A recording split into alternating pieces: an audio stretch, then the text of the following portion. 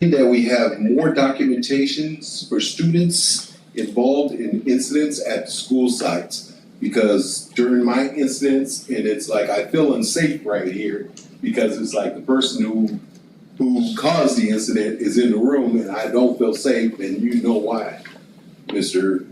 Interim Superintendent, and that wasn't fair of you. But it's like, we'll go ahead and go on with the incident reports. We need school site incident reports. We, as parents, are not getting those school sites incident reports and protocols that are to be followed, protocols and procedures to be followed by each and every person at the school sites. We would like reports on that, on who reported the student, who went ahead and followed through on it. We need reports as parents, because we got as we know, we got ICE coming in. We know that, and you guys promise every parent out there that their children will be protected. Well, I'm telling them that they're not protected by anybody, coming from ICE. If you guys can't even deal with the public entity, your resource officers, or anything like that, from taking people away from the school sites, it's like you damn sure ain't gonna be able to deal with ICE. I mean, you got to get your policies and procedures according to the law and follow it according to the law, procedures, and according to everything that goes on. I apologize to you guys because you wasn't informed on what had happened on my incident, and you were here in the first part of it, Mr. Ramirez, but you wasn't informed, so I apologize to you. I'm up here explaining something that you have no idea about, and Mr. Superintendent should have informed you guys on the complaint I made and well informed you on what was taking place on it. But he chose not to do that. Even though you were newly coming in, it's like you should have been informed on what complaints were filed by parents, requesting the board to do an investigation. I would like to know the board investigation policies and procedures. I would like them sent to me, please. I mean, because it's like, I want to know if everything was followed according to TUSD policy and procedures. Because it's like, we're not going ahead and following procedures here, and my kids are paying for it. Our children are paying for it, and it's not fair. It's not fair that, it's like out of 14,500 students here, it's like my child gets, is picked out to be the felon in the group. Have a nice night. Ms. Sauvé?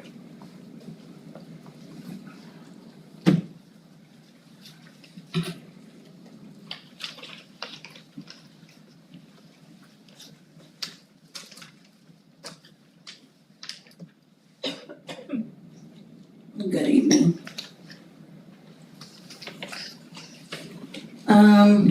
I'm here tonight because I wanted to address the LCAP account for Pittman High School. We've got several students, parents who are not able to afford to go to Disneyland trip. They can't afford cap and gown, they can't afford yearbooks. They're either in band or choir. They're being obligated to pay out of pocket, or if they don't fundraise enough, they get excluded. I'd like to get some explanation to where all the money for our LCAP for Pittman High School is going to. Apparently we have $500 and some odd $1,000 in our Pittman account, and $323,850 is going towards school supplies. I don't understand, what supplies are we giving kids nowadays, because they don't even have homework. So I'd like to get a breakdown for Pittman High School's budget, receipts, all documents. I'm not sure if they've already have been audited. If they have, we'd like to see some audit reports for that school site.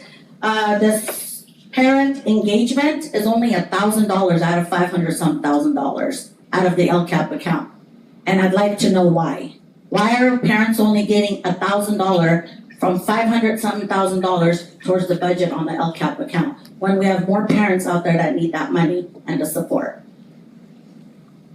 Well, the breakdown is just a little bit, a lot, but Mr. Silva, if you can please look into that and look at the breakdown and the budget, and also who's on the board for that. I'd like to get some breakdown as where to all the money is going. We're also getting billed for Chromebooks that are broken, missing books, parents are still getting billed for all that, so how come all of that is not being taken out of our supplies account?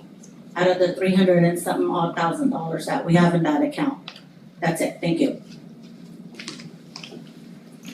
Is there anyone else that would like to address the board? If not, we'll recess in the closed session and return at approximately 6:45. Thank you. First of all, I'd like to report out that we did take action in closed session.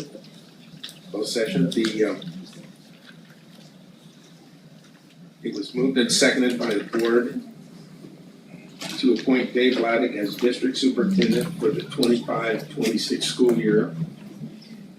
The roll call vote was as follows. Ms. Carlson, yes. Ms. Jackson, no. Ms. Martinez, yes. Ms. Ramirez, yes. Mr. Shields, yes. Ms. Amy was absent, and board president voted yes. So the motion carried.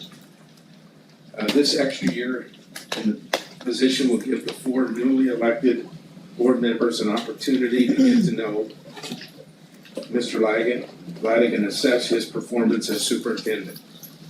Initiating the search for a superintendent at this point in the year would not be prudent. Most districts hiring a new superintendent have already initiated the search, and many are well in the process. The pool of qualified candidates would be reduced if we were to begin the search process at this time. Appointing Mr. Laddick to lead the district in 2025-26 will maintain stability. Over the past 9 years, Mr. Laddick has served in 5 different leadership positions at the district office level. As a result, he knows TUSD culture and our workforce. As a district administrator, he has been instrumental in expanding the impact and focus of equity work across the district. He has actively contributed to the significant reduction in student suspensions over the past 2 years. He also has strongly promoted student achievement and mental health through NTSS. And I would just like to say we look forward to working with you.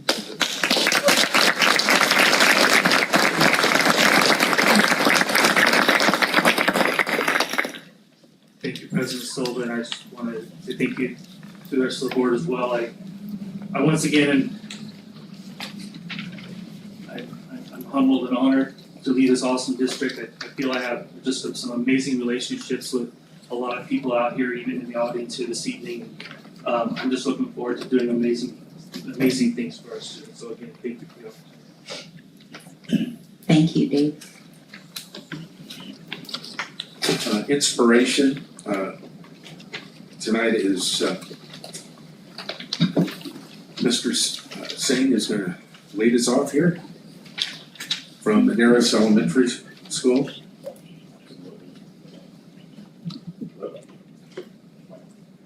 There you go. All right, good evening, Board President Silva, members of the board, Interim Superintendent Laddick, cabinet, and guests here in attendance tonight, including our many Madera stars. Mrs. McHale and I are proud to introduce 2 fine 6th grade Madera students who will lead us this evening in the inspiration and flag salute. Both students not only exemplify this month's character trait of kindness, but are role models and future leaders. I am honored to first introduce Danity Walker, a 6th grade student in Mr. Robinson's class, to deliver tonight's inspiration. Danity, could you join me?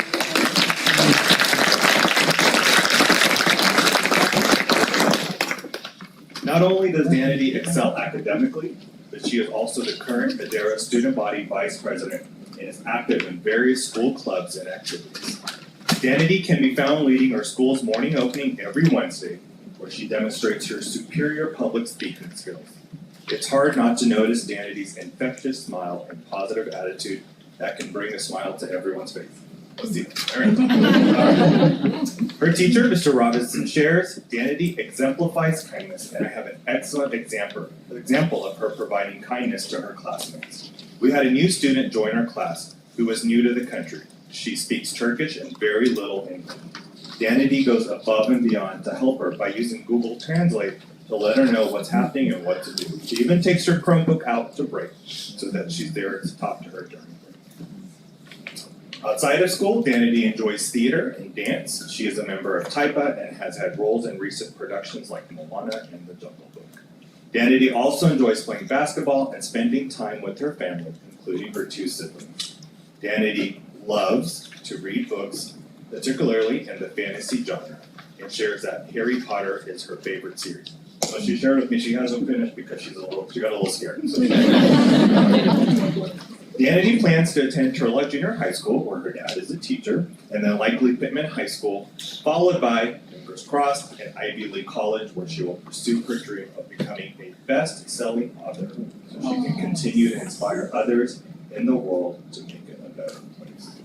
When asked what inspires her the most, Danity said her family, without hesitation. She said that her parents and siblings spend a lot of time together as a family, going on vacation and having family nights together, and she cherishes those times with them. Danity is joined this evening by her parents Julie and Matt Walker, both district teachers, her brother Grayson, who's also a Madera star, sister Billy wasn't able to join us, and also her Grammy Kim, who is a former TUSD member as well. It is my honor to have Danity speak to this month's character trait.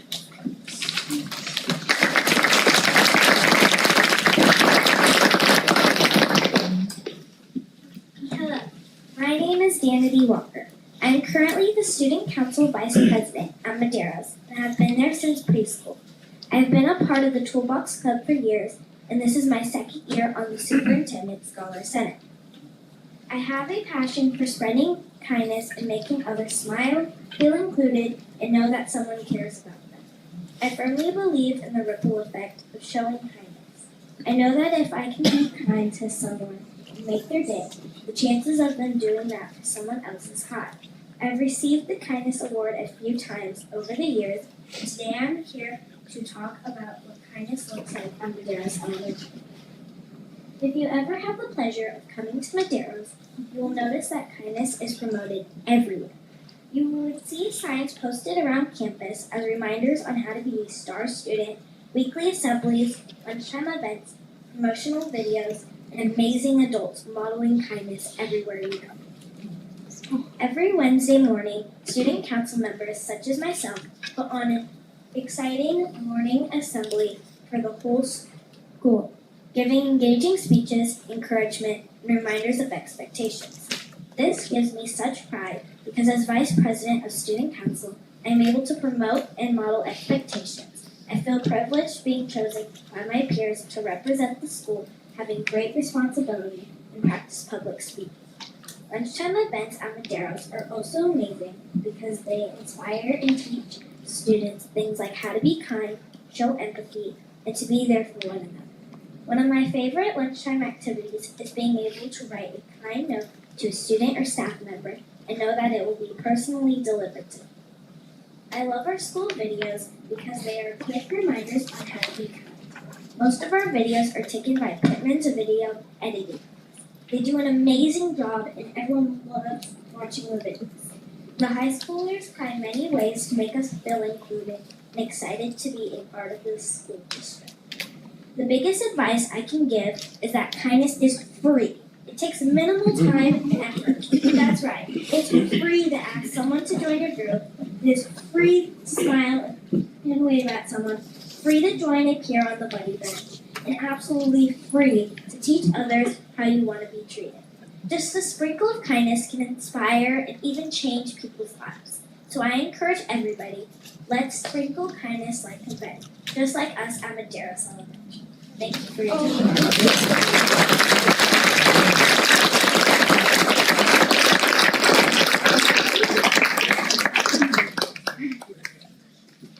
That was great, thank you. Ms. McHale?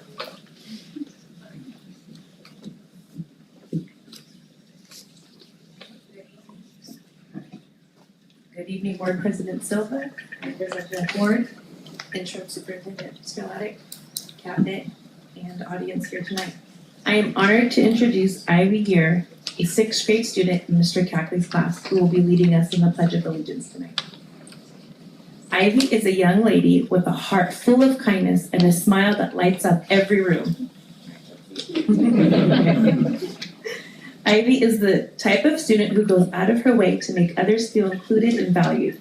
Her genuine care and empathy extend beyond her friends and loved ones as she brings kindness to all she meets. Ivy's kindness is not just an occasional act. It's a way of life that inspires those around her to spread compassion and positivity wherever they go. Her teacher, Mr. Cackley, shares, Ivy is always willing to lend a hand to others. She's a good friend who will listen and not pass judgment. Ivy is always kind and empathetic to her peers in times of need.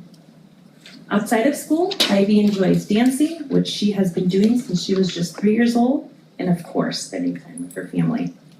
After she graduates from high school, Ivy plans to pursue a career in the performing arts or interior design. When asked who or what inspires her, Ivy said, "It's the people around me that inspire me each and every day." When asked why, she said, "Because of all the love and support they give her." I would like to end tonight by sharing that we are honored to have chosen Ivy to lead us in the Pledge of Allegiance tonight as a gesture that holds deep significance for her and her family. Ivy's family has graciously donated the American flag to our school in honor of her late grandfather, David, who served in the U.S. Army. By having Ivy lead us in this tradition, we acknowledge and celebrate the contributions of her grandfather and all those who have served, and the heartfelt connection her family has to the American flag.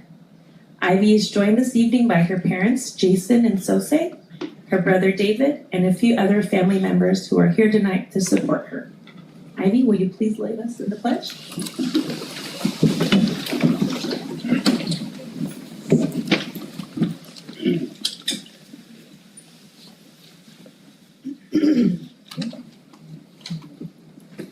I pledge allegiance to the flag of the United States of America and to the republic for which it stands, one nation, under God, indivisible, with liberty and justice for all.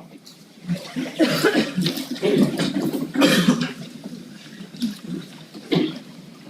guys want to come over? We'll take a quick picture.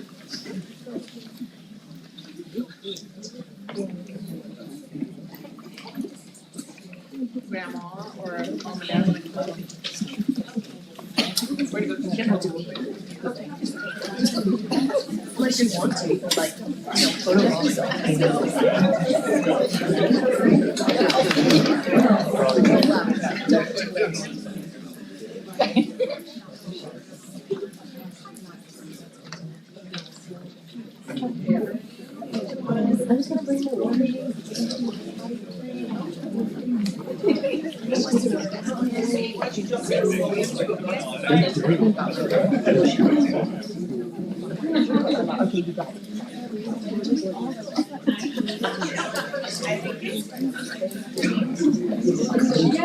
I truly love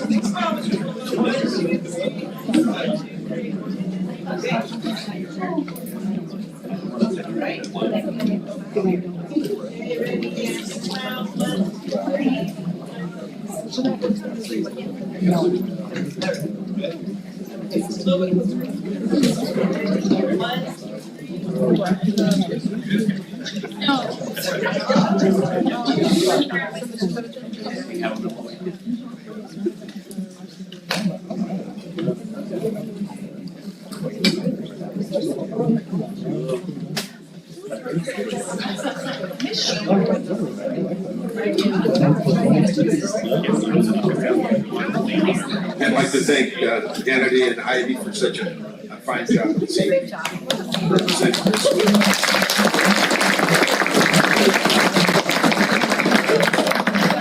And just presenting this, Kyle, for your part in putting this together. Thank you. At this time, Police Vision and Mission, Mr. Shields. Yeah, she's a better speaker than all of us. You're in trouble now. Yeah. I'm gonna read the vision tonight.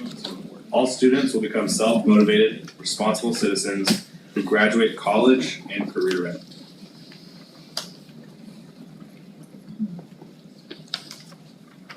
Let the roll call show that all trustees are present with the exception of Miss Amy. And if I could have a motion to approve the agenda. So moved. Second? Moved by Ms. Ramirez. And second by Ms. Carlson. This is a roll call vote. Ms. Carlson? Aye. Ms. Jackson? Aye. Martinez? Aye. Ms. Ramirez? Mr. Shields? Oh, excuse me. Aye. Mr. Shields? Aye. Get the horse before the cart here. And board president votes aye, motion carries.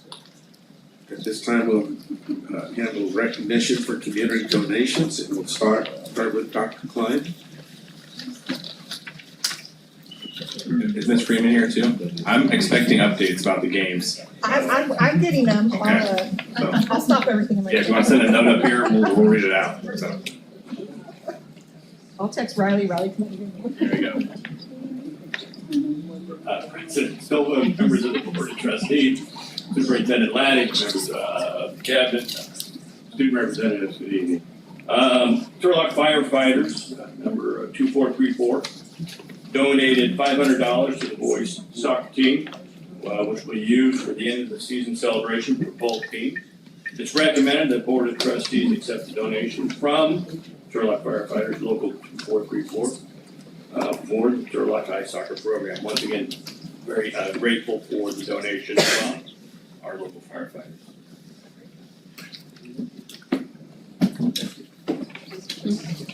Oh, yes. Would you guys like to come up and take a picture real quick? Sure. All right.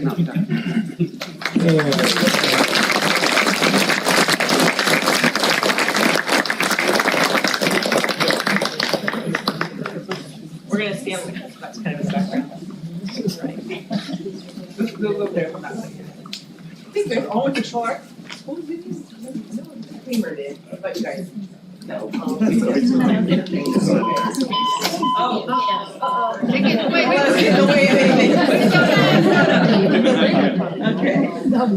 Okay, ready, and 1, 2, 3.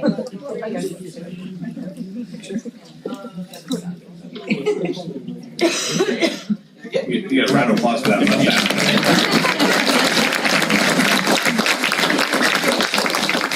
Something just real quick. Sure, go ahead. It's given us a great pleasure to host high school students for the past about 10 years since we've been having our Random Acts of Kindness, which is our nonprofit group through our Turlock Firefighters Local 2434. We've been able to host high school students groups from Pittman Cheer, Turlock Boys High School Soccer, tennis groups, choir. We had Turlock Christian ASB Club.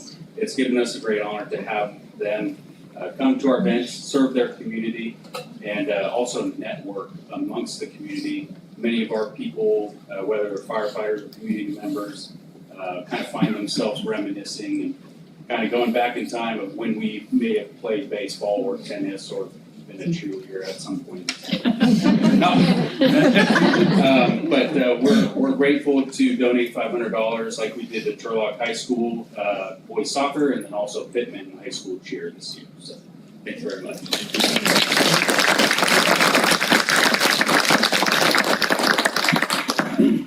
Mr. Ariola.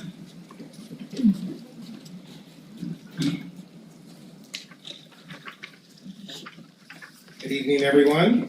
On behalf of Turlock Junior High School, we thank the California Foundation for Agriculture in the Classroom for their generous support of our Ag Club. Monica Baker, one of our amazing teachers, is our Ag Advisor and is currently working with Hallie Halleck and our TUSD farm to build a skilled school garden and our own mini farm. and this contribution will help support those efforts. We thank them for their commitment to education and our school community. It is recommended that the Board of Trustees accept a donation from California Foundation for Agriculture in the Classroom valued at $750 for the Turlock Junior High Ag Club. I don't think we have anybody else. I'd like to jump in here. I've been involved with the California Foundation for Agriculture since its inception. And I just want to make a point that this program is for all teachers across the academics. So if you're interested, you ought to check it out because it has a lot to offer all our teachers. Alice, you're still there. You wanna be in? You're trying to hide. Okay.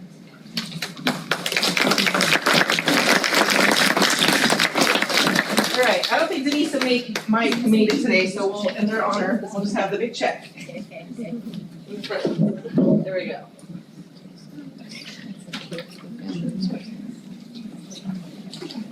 Okay, good evening, President Silva, members of the Board of Trustees, Cabinet, and David. The TUSD Family Resource Center was honored to receive a $500 check, there it is, on February 6th at the grand opening of the North Turlock Grocery Market Bargain Outlet. I can never say that correct, I have to sing the song in my head every time. Next slide.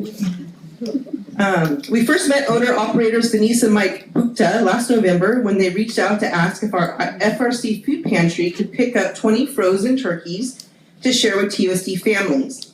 Last summer, they selected the FRC as a recipient of their Independence from Hunger food drive, and over the course of the summer, we received nearly $4,500 worth of food. Mike and Denise are proud members of the Pittman High School Pride family, and we hope they know they're also part of our FRC family. I bet they're just too dang busy to get here because now they have 2 stores in Turlock. We were honored to be invited to their VIP studded event and look forward to our continued partnership. Next slide. 4, 3, 2, 1. All right, very good. Okay, so picture myself. Okay. All right, next slide. All right, we got a big contingent in the back, and I think they came bearing gifts. Last week, the TUSD Family Resource Center received a brand new freezer courtesy of the Student Club Kitchens for Change. Next slide. I don't want to steal the thunder of the new Kitchens for Change initiative, but I will share that since the FRC's opening, Kitchens for Change has been an integral part of our success. Next slide. Kitchens for Change has served food at all of our family information nights and also prepared an entire meal for an event we hosted for new arrivals and refugees last fall. They will be doing this again for us on May 7th. Last slide. Kitchens for Change also donated a refrigerator to the FRC last year, which we utilized in our food pantry. The new freezer will allow us to request additional frozen food from Second Harvest of the Greater Valley and store meals for the new Community Cares Initiative that KFC President Mia Peterson, the gal I know, will be sharing information about tonight.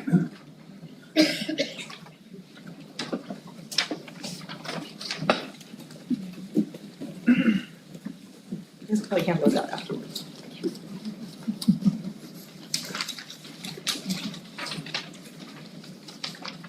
Good evening, President Silva, Board of Trustees, Superintendent Lagnett, and Cabinet. Thank you guys so much for giving our club an opportunity to speak this evening. I'm Mia Peterson, as my mom said, President of Pittman High School Chapter for Kitchens for Change. Recently, our club has tied partnership with the TUSD Family Resource Center. As part of this initiative, we've purchased a freezer for the center to store meals. The initiative will provide frozen meals prepared by students in a restaurant kitchen under the supervision of professional chefs. The goal is to ensure that the freezer is consistently stocked with meals for families in need. Initially, our goal is to prepare 100 meals per month, with the plans to increase this number next year depending on the demand. And now I'll let my president. Hi, good evening, board members. My name is Kate Harrington, and I am the president for the Turlock High School Chapter of Kitchens for Change. If you're not familiar with our work, Kitchen for Change is a local club accessible at both high schools, where students prepare and serve good quality, culturally familiar meals to those in our community who do not have access to them. With the guidance of professional chefs and restaurant-grade materials, students step into the culinary world and serve our community. As an organization, we look for opportunities to help more families, which would be made possible by this new partnership we're forming. Good evening, everyone. My name is Alyssa Romero, and I'm a third-year officer and current vice president for Pittman's chapter of Kitchens for Change. As we prepare for our newest project, we have created a brochure with information and celebration of this new chapter of Kitchens for Change. As our other officers have explained, our community care initiative is a collaborative project where we will focus on keeping home-cooked, diverse meals accessible to all of the community in hopes to tackle food insecurity within. We provide a brochure for each of the board members where you can learn more about our project, Kitchens for Change, and how you can stay updated with our upcoming events. Thank you, and we appreciate the continuous support through the growth of Kitchens for Change, and we are excited for this new chapter.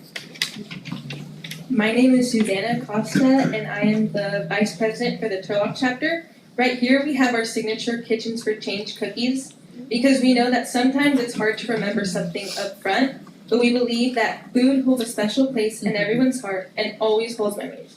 With that, we hope that this cookie, you can remember us and remember our mission to help out everyone in our community.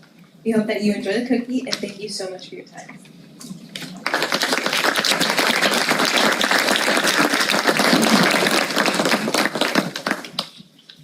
While they're passing those out, I think I forgot the motion, so I'd like to make a motion to accept the donation for Joshi Market Target Outlet and Kitchens for Change.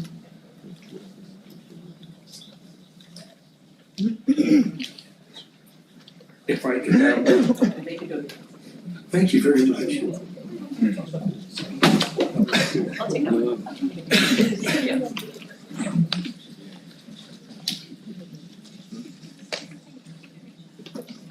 We're gonna do a quick picture, right? We lost the slides. Awesome. Mohini, where are you hiding? No, that's what I was saying. Where's Mohini hiding? Get over there, girl.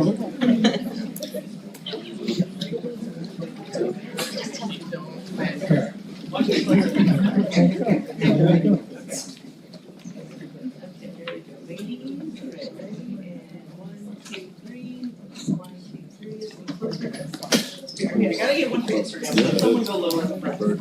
Mia, talk up. Wait, just go like this on one knee. There we go. There we go. Oh, I'm on. You guys are young. It's gonna get a lot harder. Okay, ready? 1, 2, 3.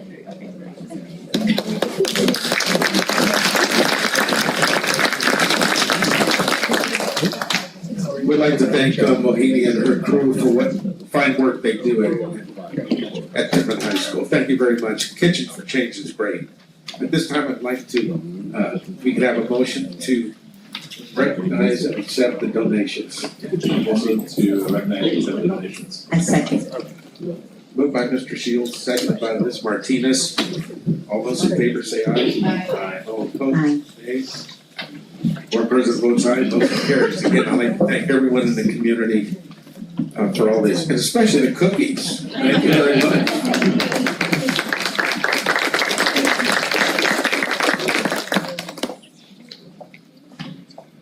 At this time, we have a presentation by the staff at Madeiras High School. Mr. Singh. Good evening again. I have the pleasure of introducing two fine Madeira stars, our original staff members, Jennifer Collins and Michelle Hamilton, who will be sharing some information regarding the amazing things happening at Madeiras. All yours.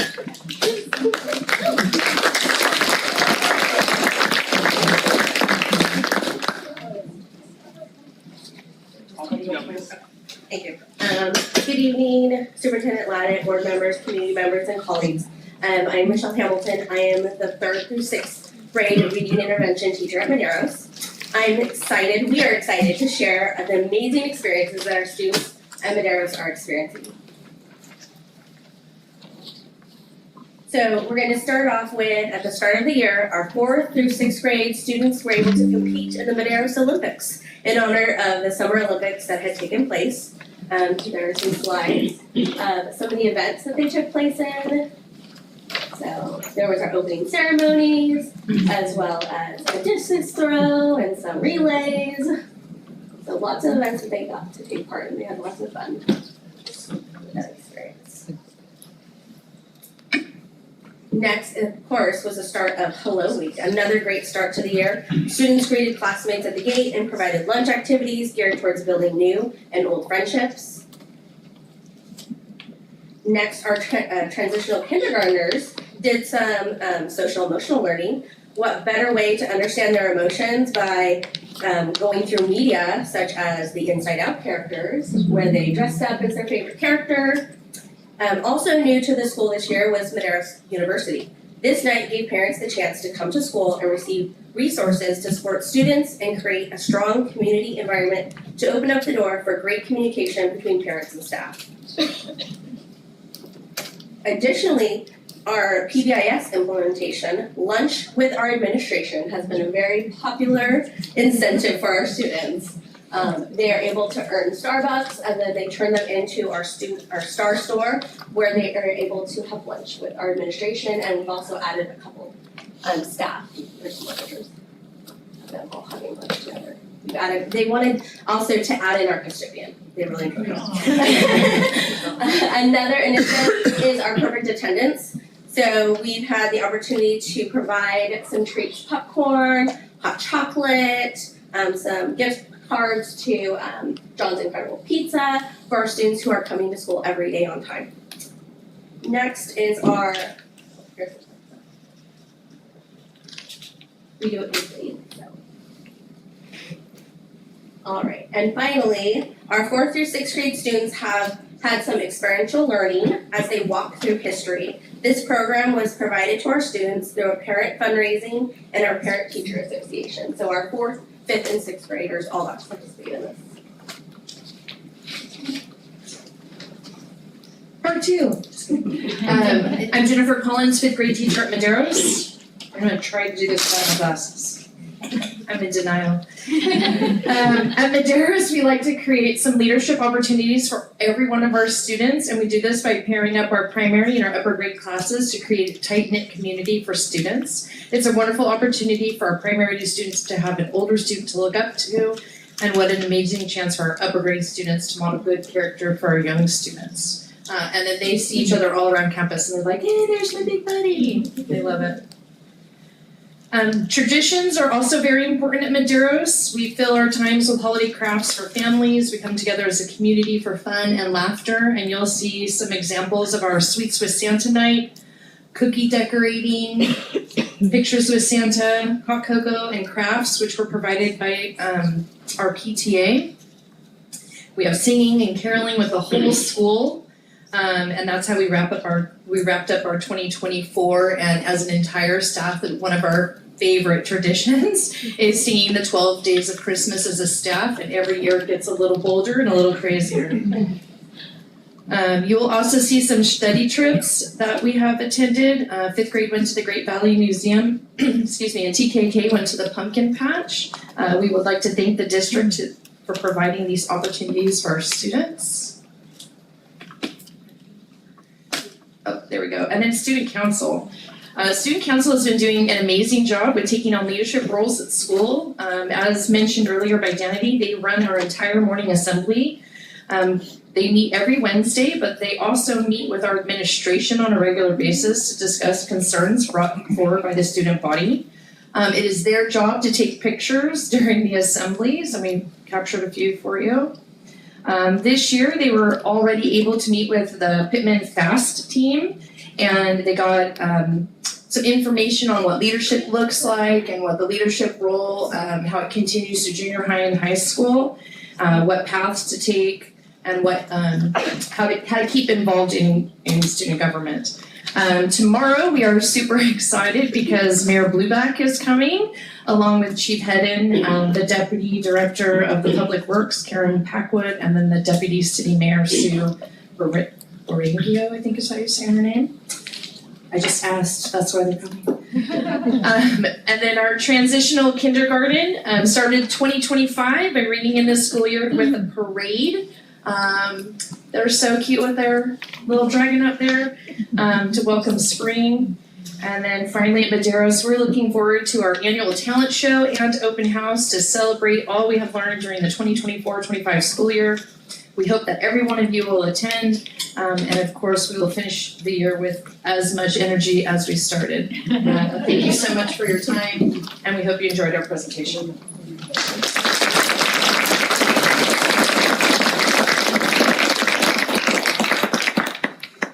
Ms. Hamilton and Ms. Collins, thank you very much for the presentation.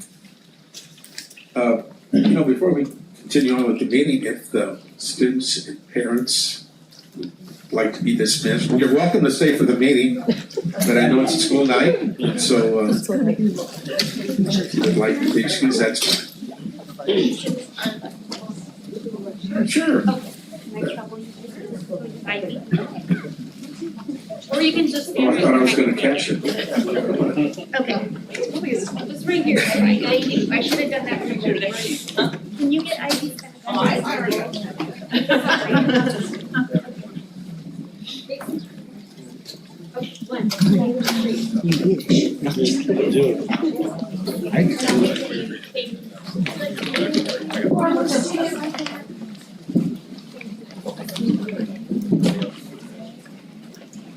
We're good? Again, thank you very much. Thank you.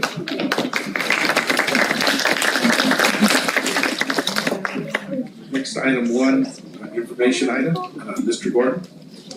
Very good. Good evening, President Silva, members of the board, Superintendent Laddick, fellow cabinet members. I'm joined tonight with Captain Miguel Pacheco from Turlock Police Department to discuss some proposed enhancements to our campus security posture. We have several strategies to deal with critical incidents or active threats on our campuses. Primarily those relate to slowing the event down and speeding up the communications response by our first responders. A key additional piece of effectiveness once first responders arrive is to be able to provide as much real-time data as possible. In this case this evening, we are referring to that data being in the form of allowing Turlock Police Department controlled access to our security cameras for use during an incident.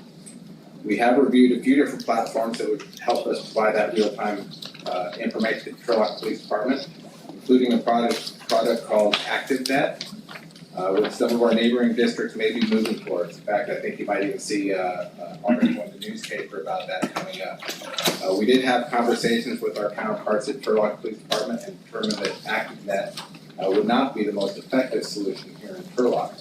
TPD already has an integrated solution by Axon called TUSD. And I tried to find out what TUSD stands for, and I never did. So I'm going to put Miguel on the spot. Big secret of you. So that's top secret information. Tonight we're here to provide information to the board on this product's capabilities and how we hope to integrate it into our toolkit for campus safety. At this point, I'm going to turn it over to Captain Pacheco to share what the solution is and how they are currently using it in TPD. And then I will come back and discuss how we would be able to manage that here in Turlock. So with that.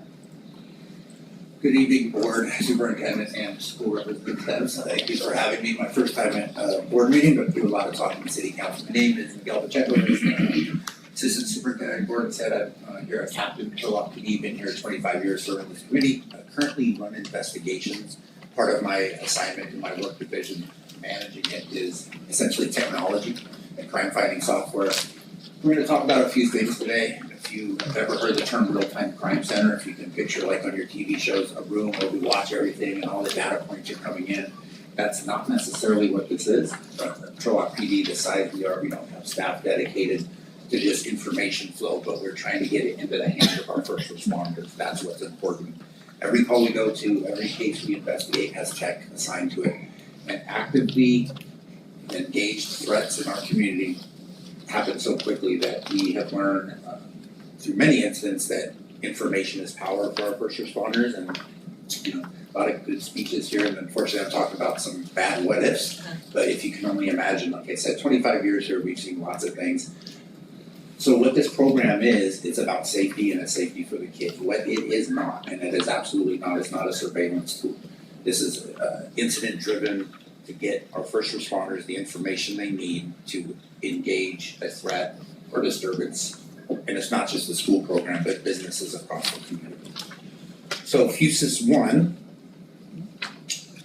what it includes is, if you can imagine all the systems that we as a police department have, we've got maps, schematics, we've got calls for service, we've got history on residences, we have actually calls coming in and all the data points coming in for that call. We have multiple systems that our officers and dispatchers have to access. That's not exactly good for us, having to access all these different screens to get all the information in our hands. So what FUSIS does, they take their thing, it's an ecosystem, one pane of glass for everything coming in that we need. So we take all our programs and dump as many as we can into FUSIS. So if you can picture a map with calls for service, where we know there are cameras at, like we were talking about maps for, in this case, it would be a school or a hospital or something like that. Everything that we need to actively go to a call and mitigate that threat is on one platform. So that's the basic, it's a very deep system. But what we're asking for the school is to partner with us so that we get, and it's all on the school side, camera access when we need it. It's not every camera. We have no say what cameras we have access to. We have absolutely no say on when they're spun up. We do have active cameras in the system now, but they're businesses. And those businesses, for the most part, have given us live access. But that is completely on our partners' behalf and what they want to do. So, yeah, that's okay.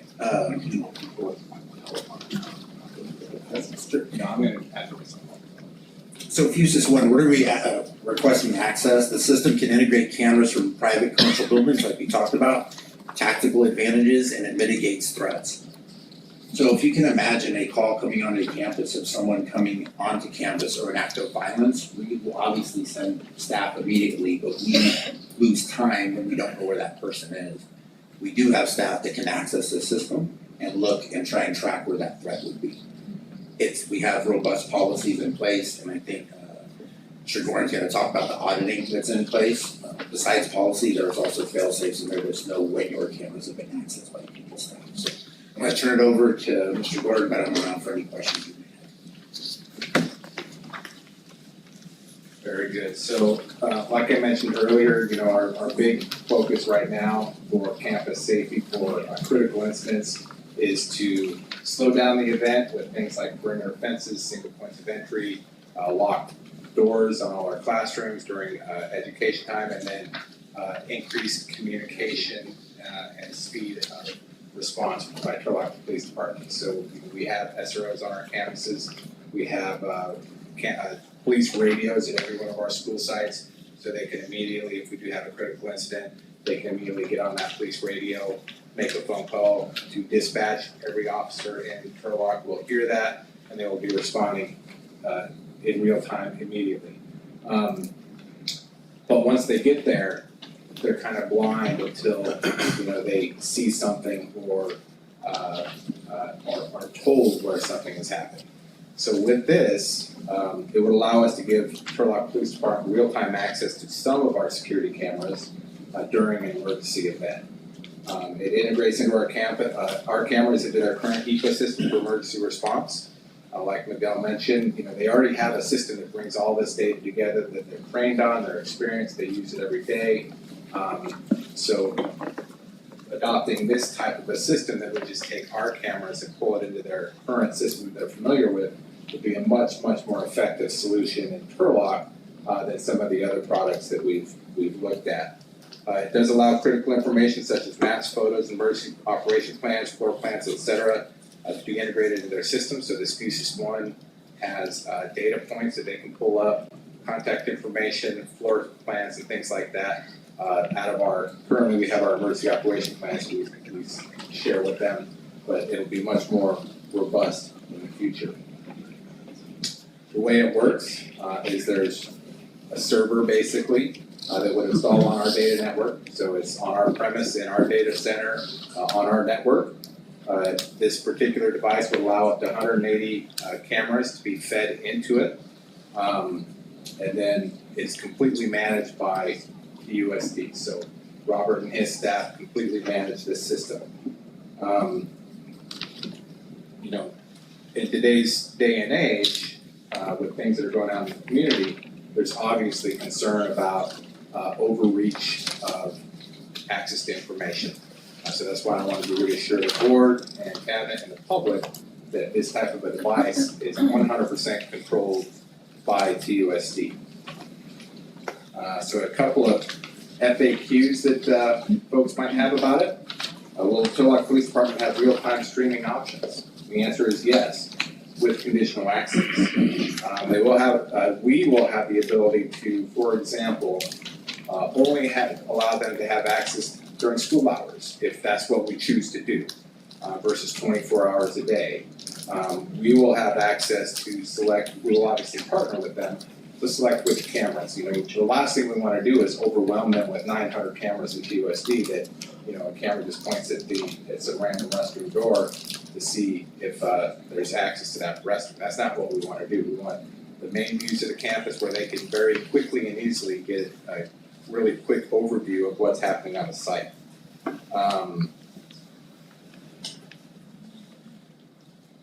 Let's see, next. Can our cameras be accessed without our knowledge? And the answer is no. FUSIS has a very robust auditing system, so we'll be able to go and look and see exactly who accessed the system at what time. So we'll be able to tell when the system and when any of our cameras were accessed. Can TPD override any access that we set or restrictions that we might set? The answer is no. Like I mentioned earlier, that FUSIS core device sits on our network. We're the administrators on it. We control it, so that can't be controlled outside of our management. How much does it cost? It is actually surprisingly inexpensive. The cost is about $7,300 to purchase one device, and it's about $2,300 for that yearly subscription. Again, that one device would allow up to about 180 cameras to be fed into it. We could always, if we decide that that's not enough, we could always add an additional core device and bring in another 180 cameras. There's no ongoing license cost per camera or anything like that. It's just a straight $7,300 or so for the device, and then about $2,300 a year after that. So with that, we'll certainly answer any questions that the board might have or the public might have on this. Again, this is an information item, so we can present it to the board, and we can make sure that everybody's comfortable with it before we move forward. So, if you have any hard questions, I'm going to have y'all answer them, but we'd be happy to answer any questions from the board or the public. Any questions? Dan? Yes, okay, so my question was, you said that the district is in control of this software. So is our own IT team gonna be in charge of it? Is there someone in particular who's gonna be in charge of it? The department's gonna be in charge of it? So heaven forbid something would happen, how soon will we be able to respond for access of the cameras? Yeah, so it's just like any other server that we have on campus that will be managed and controlled by our IT department. They already manage and control our, not going in and looking at the cameras every day, but they manage the system, the security camera system, so it'll be a component of that managed by them. So in a critical incident, I'm gonna ask Miguel to speak to this, but in a critical incident, they have to do something to then access the cameras. So there's no delay on our part. Yeah, absolutely. So like we talked about the technology, I'm getting calls on my phone about a case of my detector investigating right now, so I had to step away. So right now, we already have community partners that are live with the program. So if you can imagine a literal box being plugged into your system, the camera, it won't affect your camera. The only thing that might go down is the link to us to be able to view it.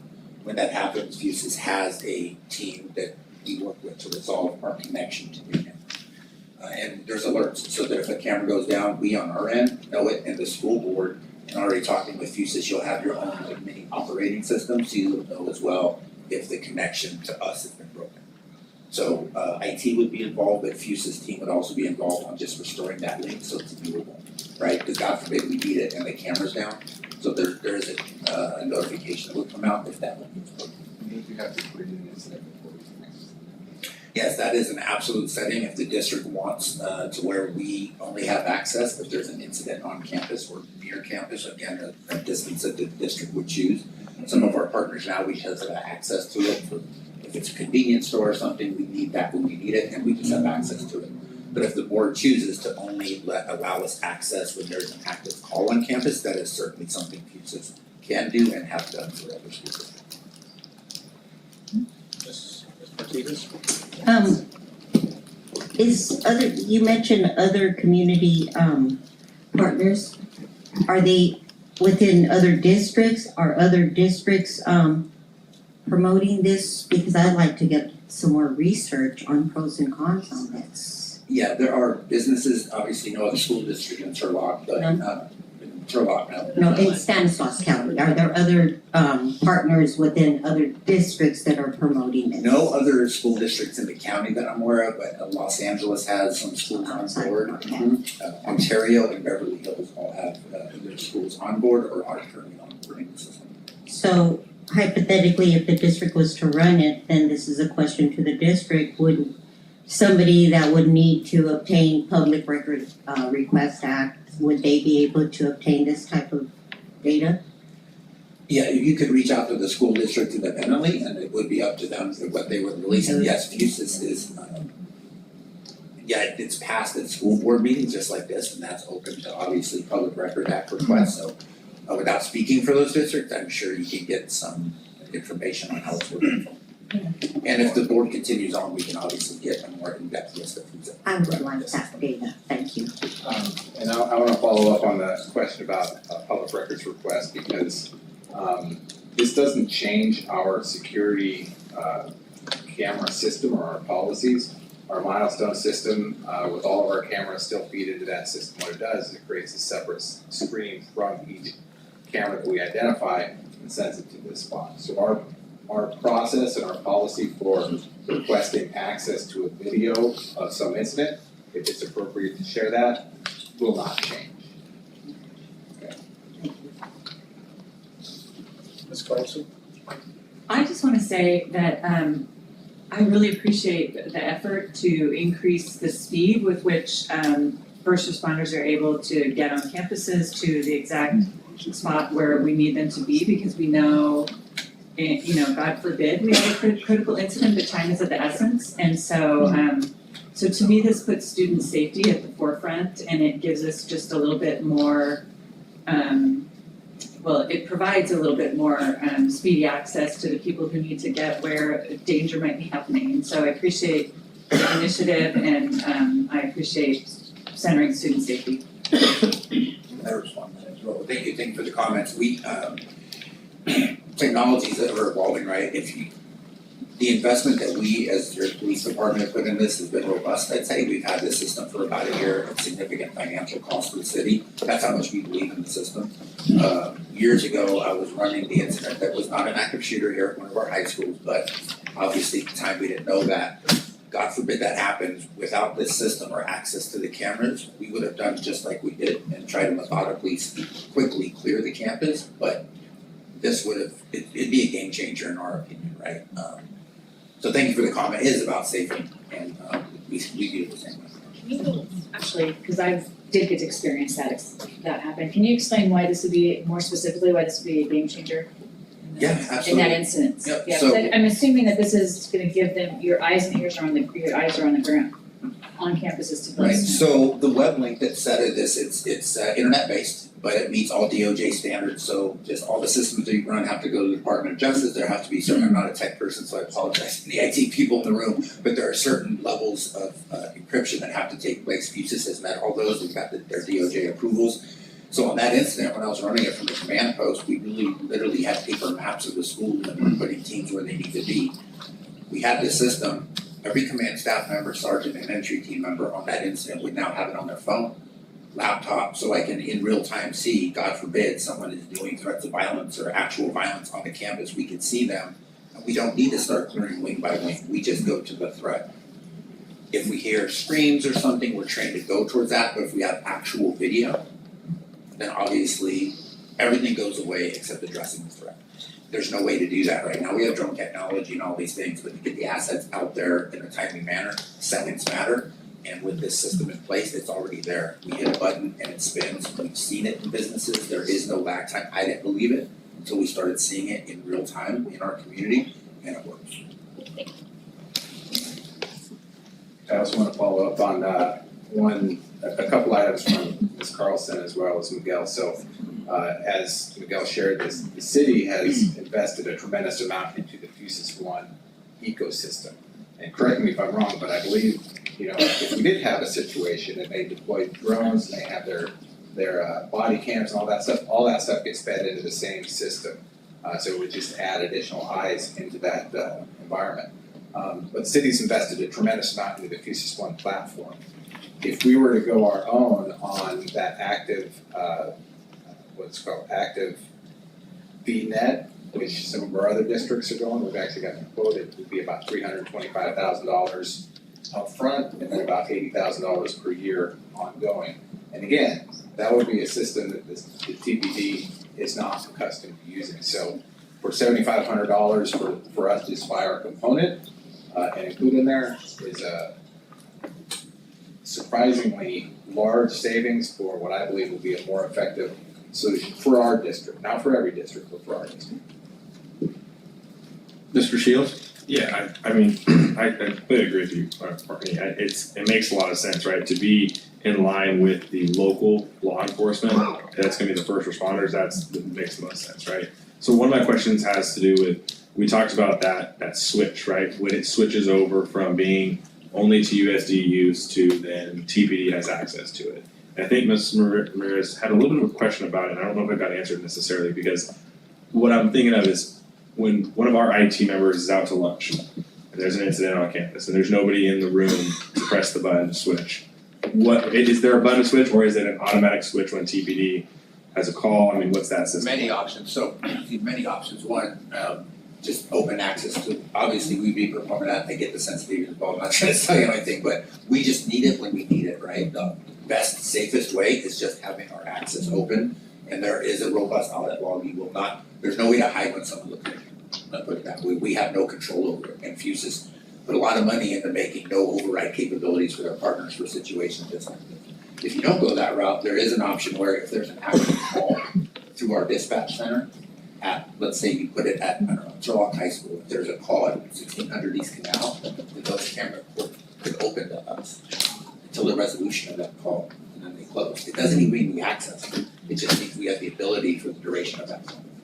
So there's no button from staff to the school to switch, it's entering a call into our dispatch center. It's an option. Yeah, I just think that's one of the clarification points, right? Because if we're looking at having a staff member, I mean, you're talking about having an emergency, staff member that's always on call and paying attention to things. Yeah, So, there's no action on our part. Yeah. It's if we decide to move forward with this, then it would be through discussions, through negotiations, through further communications with the board on exactly whether that's a policy that says, it'll be live all the time, but you're only gonna access it during these types of situations. We could have an MOU together, or it could be, we actually have to see a call created at this site. Right? So we can do it in multiple ways, and that'll just be further discussion. yeah. And like I said, I really appreciate it. I think honestly, it's one of those things that it makes a lot of sense, right? It makes a lot of sense for our district specifically. It's one of those things that you said, working with local law enforcement in Turlock, right? It makes a lot of sense. And I think to the point of the board, it's putting student safety first. I mean, really, it's investing with our local law enforcement in student safety. It's one of those things that's a very, it's a touchy subject when you talk about schools and incidents at schools. It happens at least a couple times a year, and there's always a discussion about what are we going to do. And from my point of view, the district is continuing to make progress in how we address those situations, and this is just another step. So thank you.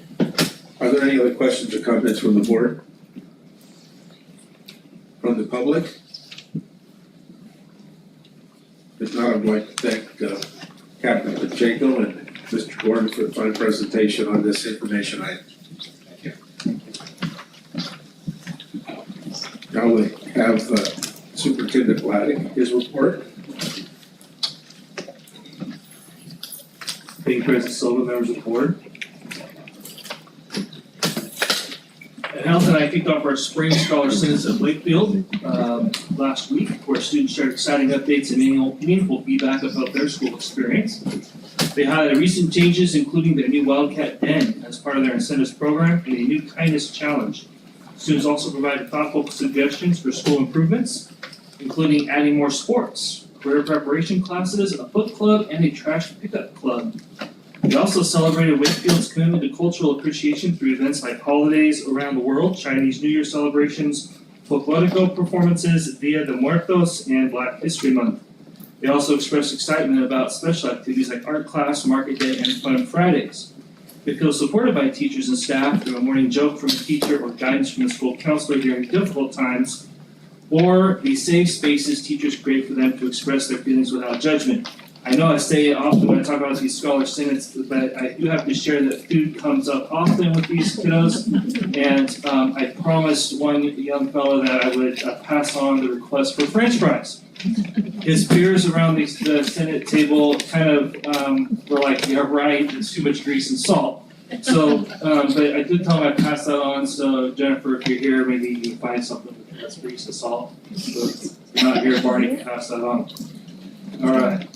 The LCAP cohort met to review both quantitative and qualitative data received via the LCAP survey. A total of 2,155 responses were received. 1,263 of those were from the parent community, and the other 892 were staff responses. After a day of engaging discussion, the cohort prioritized considerations. Next steps include gathering data related to those topics in order to review in depth at the next cohort meeting on March 6th. These topics include the following: ELD teachers, newcomer support, MTSS site specialists, mental health supports, campus supervision at secondary sites, CTE internships and pathways, special education PD for paras and general education teachers, increasing health tech hours and support, maintaining reading and math intervention teachers and counselors at the elementary sites, and translation services. The California College Guidance Initiative, or CCGI, is a comprehensive online tool free to all school districts and is supported by Senate Bill 153 and AB 132, which will require school districts to partner by 2026. TUSD already entered a full partner with CCGI last year, and implementation plans continue to progress for our 7th and 12th grade students. John Aka met with CCGI support staff to get an update on progress and usage by secondary sites, and updated our overall plan, which includes several goals for delivering college and career-related lessons, strength and interest inventories, as well as college application and FAFSA submission. Over 1,000 college applications were submitted through the CCGI portal, and students have begun submitting the FAFSA and CADA applications. By the end of the 2024-25 school year, TUSD's primary goal is to have all students in grades 7 through 12 to have registered their account and completed at least one lesson in the system, with plans to expand on this goal in 25-26. I attended Pittman's Pride Cafe last week and continue to be impressed by the talent we have in our schools. I want to recognize Johan Partan for his work in not only developing our students' musical skills, but building confidence in our next generation. He has truly created a platform for students to step out of the comfort zone and take risks in a safe environment. So many life skills afforded or provided for these students during that Pride Cafe, and to see them jump out and show their talents was simply impressive. Each year, the Association of California School Administrators recognizes outstanding school and district administrators, board members, and volunteers. School and District Administrator of the Year recognition may be won in 21 different categories. This year, our very own Mandy Carranza will be recognized as the Special Education Administrator of the Year at the Region 7 Annual Awards Dinner on May 2nd. Mandy was nominated by Erica Shantz. Also being recognized and receiving Region 7's Partners in Education Excellence Award is Betty Julie and the Letters to Santa Charity. Region 7 includes Stanislaus, San Joaquin, Amador, Calaveras, and Tuolumne counties. That concludes my report. Thank you, Superintendent Laddy. Communications at this point. Start with our high school representatives. And stepping in for Jaslyn is Samantha Enriquez, Turlock High School. Good evening, Superintendent Laddick and President Silva and members of the board. Thank you for this opportunity to share the events and accomplishments happening at Turlock High School. I am Samantha Enriquez, and I'm happy to be here on behalf of Jaslyn, who is representing Turlock High at the playoff basketball game with the cheer team. Associate Student Body. ASB officer elections are happening now with our candidates meeting tonight. Campaigning will begin March 3rd and winners will be announced March 15th. Co-curricular activities. HLC held a cluster meeting for over 8 different schools in Stanislaus County. 80 students, faculty, and parents were present to listen to a speech contest that was held throughout HYLC. Members of Teachers Cheer will be volunteering in the Rotary Craft Beat on Saturday, March 1st. THS Speech and Debate team will be practicing their state qualifying tournament this weekend held at Gregory. Good luck to them. We're excited to see who will be moving on to the state tournament in April. Congratulations to the following students for placing their events in the last Speech and Debate tournament in Ripon. Tara Dali, first place Congress, Prav Jonkar, third place Congress and third place Original Advocacy, Sachin Chandvati and Jaden Garcia, first place Parliamentary Debate, Ben Burdick, second place Oratory Original, Jay Alvarado, first place National Extemporaneous, Kate Williams, first place Dramatic Interpretation, Xavier Bancourt and Takao Mofi, first place Humorous Interpretation and Duo Interpretation, Zeke and Izzy Castellanos, third place Duo Interpretation, and Esther Flukas, first place Original Prose and Poetry. Turlock FFA is kicking off a National FFA Week this week. We'll be having lunchtime activities all week and any board members would like to stop by and visit, please do. Turlock FFA is starting judging season will have traveled to several countries, contests, and already having continued every weekend until the 1st of May. Here are some past results. Chico Field Day, Fruit Tree, 3rd High Team, Diego Puerto, 5th High Individual, Alex Bargan, 7th High Individual, Isabella Andretti, 8th High Individual, Nursery and Landscape, 3rd High Team, Grady Ashbog, 3rd High Individual, and Farm Power Spot, 5th High Team, Gavin Bernardo, 10th Individual. Bakersfield Field Day, Ag Mechanics, 6th High Team, Caleb Bott, 9th Individual, and Aiden Bishop, 10th High Individual. TJ's Band and Guard is hosting a Central Valley Guard and Persuasion Alliance competition on Saturday, March 1st in the Bulldog Arena from 10 a.m. to 5 p.m. THS Winter Percussion and both Winter Guard teams will be competing. Contact Sarah Carpenter for performance times. Sports. Girls soccer season is nearly an end. The JV girls team went 16-02 this year with past undefeated season and league champions. Tonight, the varsity team will be playing first and seed first round of playoffs after having to win 2 different playing games to get here, one against Pittman and one against Franklin of Stockton. Boys basketball is hosting a game tonight against Central Valley Series. If we win, we'll be moving on to the playoffs. Boys soccer will host Jesuit tomorrow night at 6 p.m. Good luck at the playoffs. The following wrestlers are moving to Masters: Joe Coron, Gage Borletta, Jaden Perez, Jack Law, Shane Patty, Lemon Cook, Aaliyah Berlotto, Haley Whitney, McKenna Beavers, and Leah Michelle. Thank you, and it is my pleasure to be here to present Turlock High School. Thank you very much, Samantha. Next we have royalty, I understand. Princess Riley, is that right? Now, help me out, what's the title? I won Princess for Hoops Coming. Excellent. Thank you. Well, Princess Riley Rice is going to present the report for Pittman High School. Well, good evening, Superintendent Ladek, Board President Silva, and members of the board. Here's what's new at the Pride.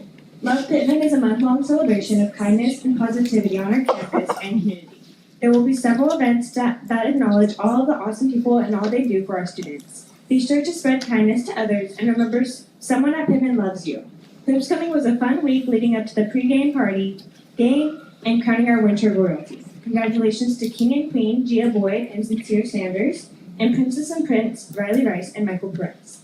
The course directory for the 25-26 school year is now complete as we gauge the start of ballot week next week, beginning with a homeroom introducing courses for our 9th through 11th graders to sign up for, while our seniors' homerooms hear all about the upcoming important dates during this final stretch of high school. During this week, different classes and educational pathways host a ballot day to teach others what different courses have to offer, with hands-on props, active students, and even pictures and videos of what they offer. Pittman Chess Club has a scrimmage versus Chavez/Stockton High School and another scrimmage versus Oakdale High School. Pittman will be hosting each school and there will be a tournament-style play. Pittman hosted the 2025 FBLA Central Section Leadership Conference that took place on Saturday, February 8th. Over 600 students were in attendance from almost 30 high schools from across the valley. Of the 36 competitors for Pittman, 18 advanced in their event to the 2025 FBLA State Conference, taking place on April 24th in Anaheim. PHS students, Diego Cepeda earned first place in Advertising and Supply Chain Management, Arjan Singh earned first place in Personal Finance, Melanie Delgado earned first place in Introduction to Business Communication, Soraya Kalu earned second place in Public Speaking, Alicia Gonzalez earned second place in Introduction to Business Communication, Isabel Silvera earned second place in Economics, Ryan Jock earned second place in Word Processing. We also had third place winners Claudia Martin Park, Sophia Tran, Alexis Hernandez, Arjun Singh, and Ryan Jock. The Pittman Sikhs Honors and Service Society started the month of February with their first club meeting of the second semester, where members participated in a card making activity. As a result, in honor of Love Pittman, SHSS expressed their gratitude to our amazing maintenance crew on campus. They delivered handmade personalized cards and chocolates to each crew member, along with presenting an appreciation poster. Pittman FFA is celebrating National FFA Week this week with the themes of Boots, Roots, Hats, and Recruits. Each day we have specific dress-up days and classroom activities centered around engaging agriculture and FFA concepts, such as general knowledge, different trades and professions, recruitment ideas, and ending off the week by making ice cream. We will also host lunch activities Wednesday through Thursday with some friendly competitions, and a pie the officer and advisor, and having staff kiss a mini pig. Tomorrow evening, we will also host our annual casino night meeting. The winter sports season is nearing a conclusion for Pittman sports. Boys basketball has a home playoff game tonight versus Tokay. The winner will advance to face Modesto Christian tomorrow at 7 p.m. Boys soccer also has a home playoff game as they host Merced this Wednesday at 6 p.m. Pittman wrestling continued their dominance in the section playoffs as they won 2 more section championship banners this past weekend. The boys won the Division II divisional with an overall score of 311.5, nearly 100 points in front of second place. The boys had 12 wrestlers advance to Masters, and RJ Wilhelm, EJ Sheeran, Micah Ontiveros, Isaac Padilla, Brody Johnson, Mason Ontiveros, Jeremiah Mora, and Troy Seha were divisional champions. The girls won their championship at the Southern Regional with an overall score of 207.5. Pittman advanced 7 girls to Masters and 4 regional champions. Lily Dizon, Via Austin, Gabby Austin, and Annabella Austin. The 19 Pittman wrestlers will be competing this weekend in Stockton with a chance to advance to the state championships next weekend in Bakersfield. Before I conclude, are there any basketball updates? They're warming up. The latest was 46-24, second half, Pittman's up. Dr. Khan? 33-17, Turlock High is up. Girls soccer.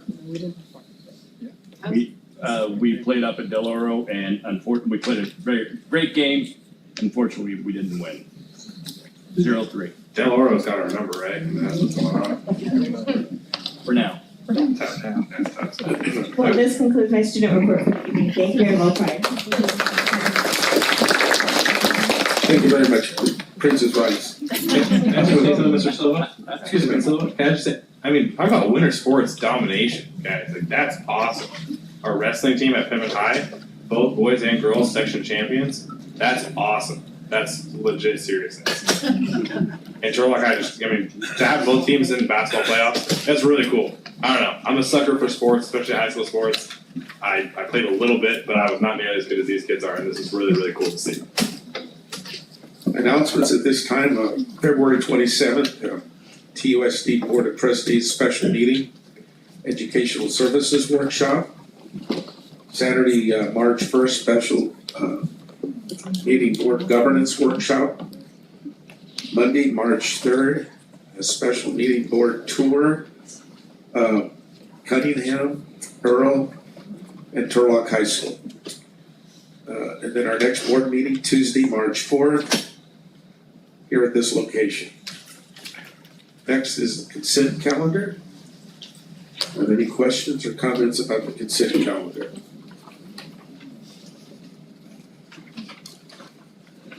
From the board, from the public? If not, could I have a motion? I'll move to approve the consent calendar. Been moved by Mr. Shields, seconded by Ms. Jackson. This is a roll call vote. Ms. Carlson? Aye. Ms. Jackson? Aye. Ms. Ramirez? Ms. Martinez? Aye. Ms. Ramirez? Aye. Mr. Shields? Aye. And board president votes aye, motion carries. Next on the agenda is finance and accountability. It's an information item. Ms. Bettencourt? Item 20.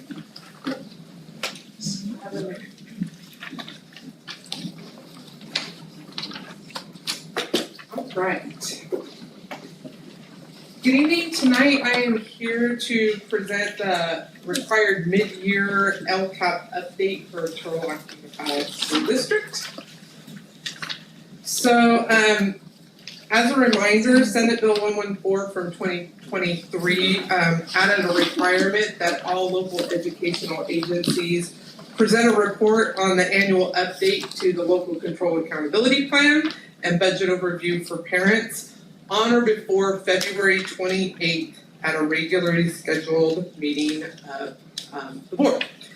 And in the report, you must include all available mid-year outcome data related to the metrics and all available mid-year expenditures related to the actions identified in your current LCAP. So obviously for us, this will be our 24-25. So, at this point in the year, some of our metrics are known, some are not known, some are in progress. The metrics for each of the LCAP goal are in all of your backup documentation. So you have about a 40-page report that's in your backup that has all of our metrics, and there are information listed in the highlighted columns of all of that mid-year outcome data that we have. If something is blank, it is because we do not have that data yet at this point in the year. Similarly, some of our LCAP actions may have been fully implemented, partially implemented, planned, or not implemented by the mid-year. The implementation level of each action is noted under that specified column, again in the backup report. And additionally, our actual estimated expenditures, and it's as of December, as a first interim would be the mid-year for that. They're also noted in the mid-year expenditures column. So I'm going to present a summary of this information, but again, all of the full detail is available in the backup document in 40 pages. So as a reminder, our first goal, LCAP surrounds academic achievement and social emotional learning. So with our first goal, we have several metrics that are listed there. I highlighted some of them here, and the progress on many of these metrics relate to state indicators. And I will say that a lot of the detail of that, although it's listed in the thing, a lot of the detail for that will be shared at the accountability workshop, achievement and accountability workshop next 2 weeks. I can't remember exactly. I think it's next week. And so a lot of the details surrounding that will be shared at that time. Metrics such as attendance rates and EL reclassification rates are also provided with the mid-year results, but they're going to be updated because again, that is just at mid-year time, so that data will change by the time we submit in June to reflect the full year of data. Goal number 1 contains the highest number of actions for our plan. There are 29 actions and include items such as our CTE, our MTSS, learning experiences, STEM, assessments, educational services, and student support. Of those 29 actions, 23 have been fully implemented, 3 have been partially implemented, which are the CTE, which we are continuing to work on expansion into the junior high and work-based learning experiences. MTSS as we look to pilot the social emotional curriculum in our high school levels, and data entry as we begin to implement beyond SST into all of our sites. So those were the actions that have been partially implemented. And then we have 3 actions which have a planned implementation. Those 3 actions include summer school, so obviously planned, but hasn't happened yet because it's summer school. The PSAT and recognizing students who earn their state seal of biliteracy. Those all events are upcoming, but that's why they were marked at that implementation level at this time. A total of approximately $30.7 million were budgeted for the actions within goal number 1, and as of December 2024, about 15.1 have been spent. Our next goal is on equity and access. So here is our LCAP goal number 2. Again, I'm not going to read all of them, but some of the metrics that are involved in goal 2 are our suspension rates, staff demographics, AP honors dates participation, and expulsion rates. And there's about 11 metrics on this, and again, anything that involves a state indicator is going to be gone over in depth at the achievement workshop, and anything involving rates, again, have been updated as of December 2024, and they, I will say, currently show us going in the right direction. And what I mean by that is, if we look at our suspension rates to date, they're declining. If we look at our expulsion rates, they're decreasing. So although we don't have final year data, the data that we have mid-year shows improvement in each of those categories. There are 6 actions within this goal, and you can see that 2 have been planned, 2 have been partially implemented, and 2 have been fully implemented. The actions that are within this include things such as home to school transportation, HR recruitment practices, and diversity and inclusion supports. The 2 that are partially implemented include HR recruitment, which I will say, if I was reporting on this now, but as of December, we hadn't hit all of the recruitment fairs that I know that HR is going out to now, but again, this is all data as of December. And there's some specific professional development that hasn't been implemented yet either. And then the 2 planned actions involve AP testing, because that has not taken place yet, nor the implementation of the ethnic studies course. Again, total budgeted expenditures for the actions within this is about $5 million, and as of December, we had an estimated spent around $2.3 million. Goal number 3 is our curriculum and instruction goal. And again, some of the metrics of goal 3 are listed here. There are 13 actions, which include things such as our teacher induction program, action for English learners, professional development, technology, and our professional learning communities. You can see that one action that we are not implementing at this time is revisiting our district-wide writing continuum with the PD from that. And the 2 partially implemented at this time align with increasing the materials to align with the science of reading, including youth and letters, and the early recruitment of staff. And the 1 planned action involves state and federal reviews, which are like our WASC accreditations, and those don't happen every year. We have stuff in there to make sure that we are planning for it, but they happen, depending on what cycle the schools are on. Total budgeted expenditures for this is about $12.2 million, with estimated actual expenditures at around $5 million. Goal number 4 for our LCAP involves parent engagement. And again, some of the metrics are listed here with data as of December 2024. This includes metrics such as 1,376 student and family contacts at the Family Resource Center, but again, that's just to date. And a total of 4,127 student welfare interventions conducted by our student welfare and attendance specialists. So those are just some highlights of things that are going very well with mid-data information. There are 6 actions, which include PK and PEP programs, parent information nights, community liaisons, parent trainings, and our family resource center, all of which are fully implemented. The one that we put partially implemented was parent information nights, as those are going on a site-by-site basis throughout the year. And total budgeted expenditures for this is about $1.5 million, with estimated actual expenditures at this time at about $718,000. Goal number 5 is our safety and security goal. So for this one, this mid-year outcome data provided for these metrics regarding the number of Stop It reports that we have received are results from the California Healthy Kids Survey, suspension rates, and LCAP survey responses.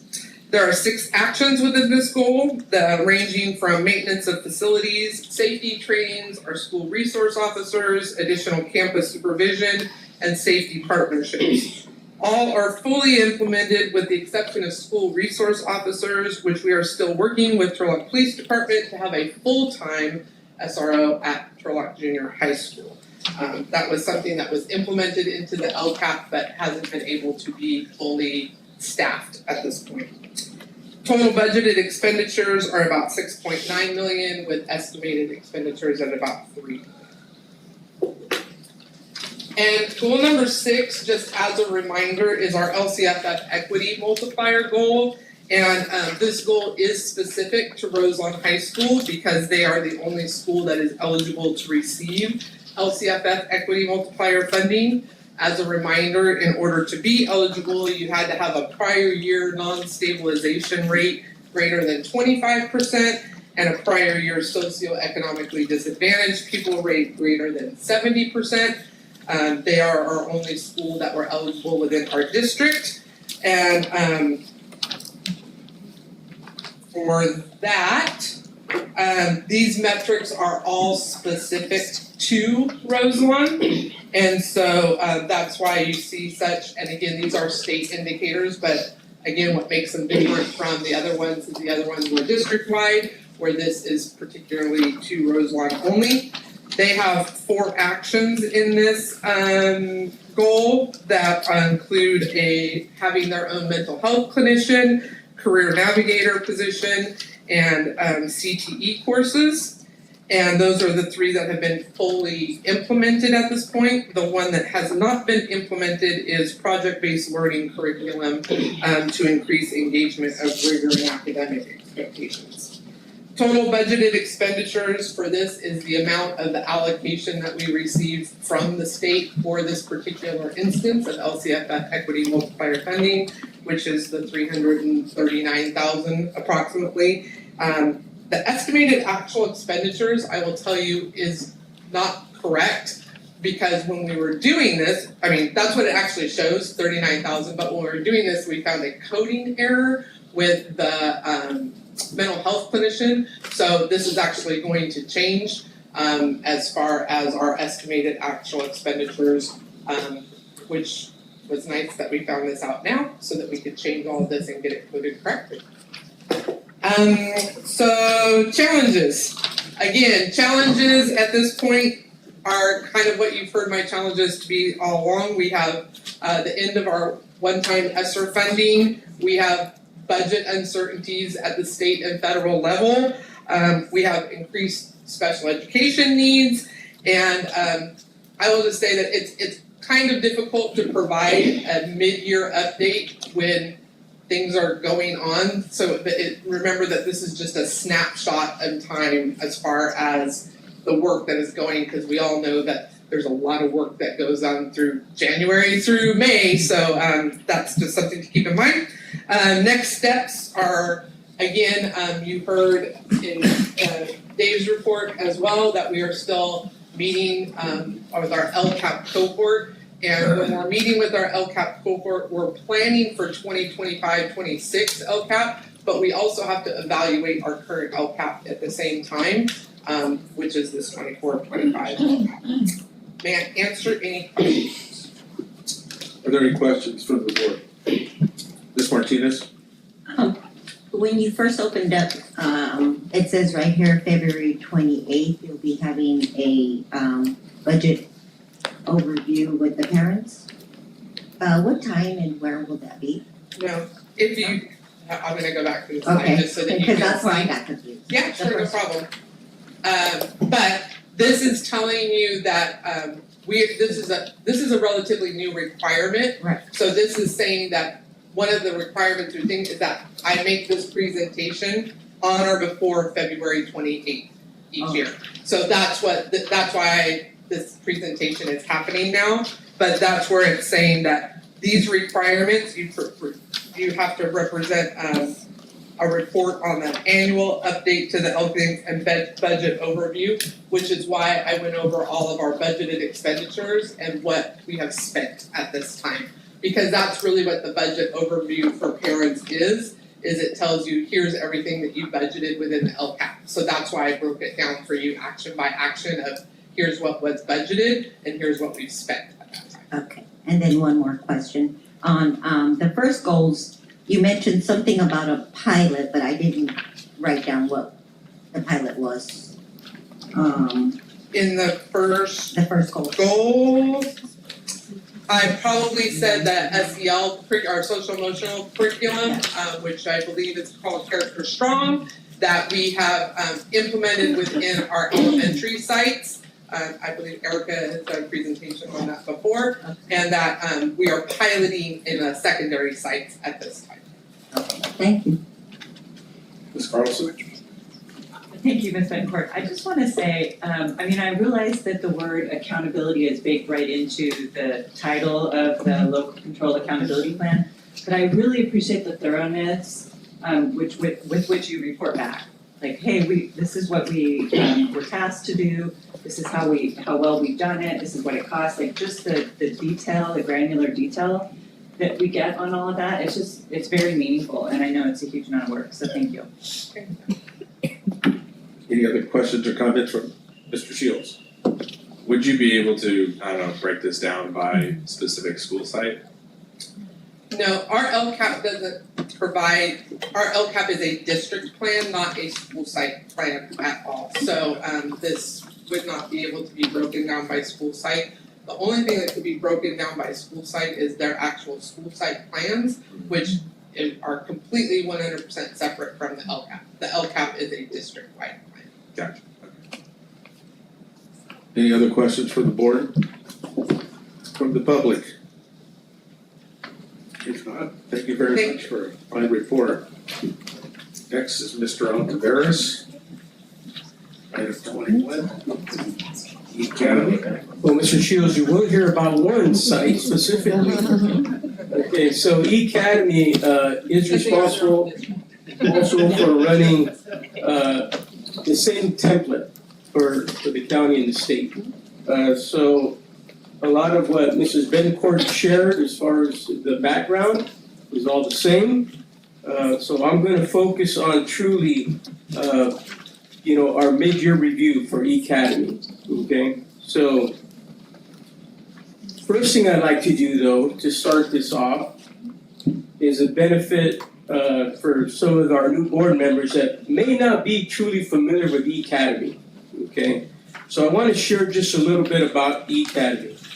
And so what we have is basically, I'm just going to go over a general overview of our school model.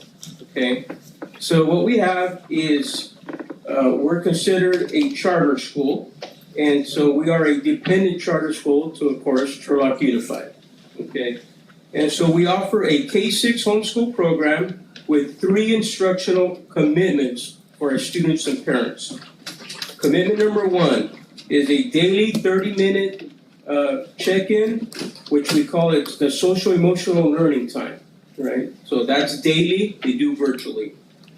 Number 2 is they're scheduled for a weekly appointment to meet with their teacher.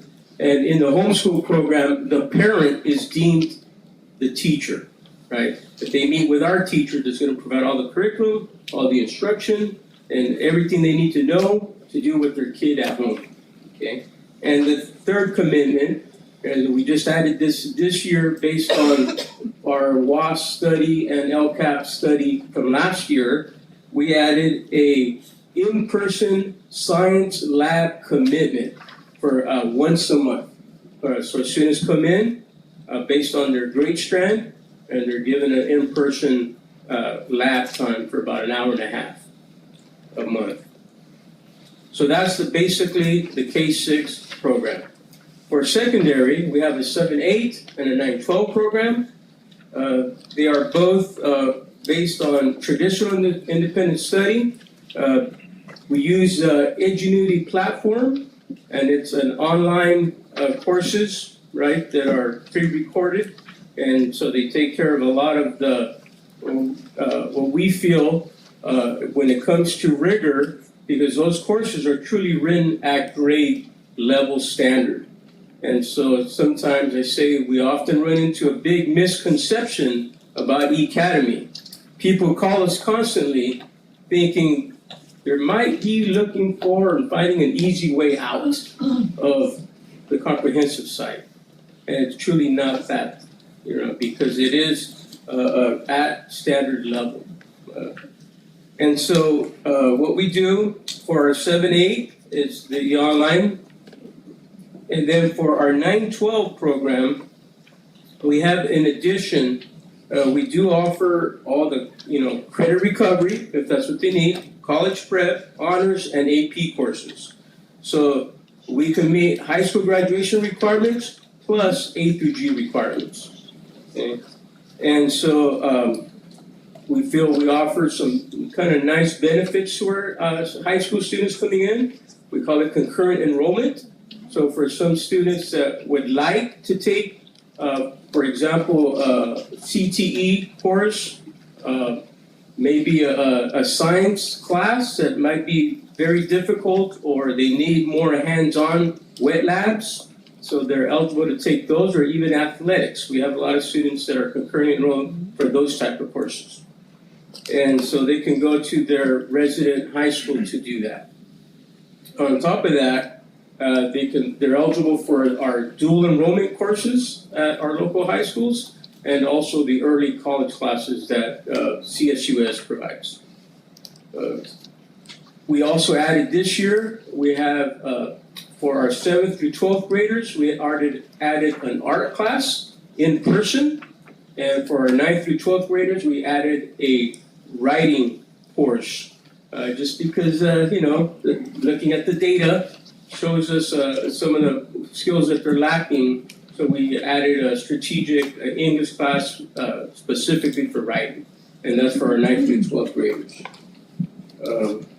And so students do come to us for many different reasons.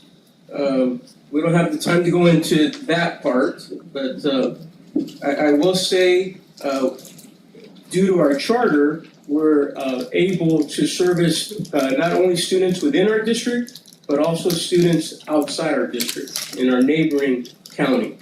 And so presently right now, 16% of our enrollment is from outside the district. So with that, just a little background, I'm gonna jump into the mid-year review.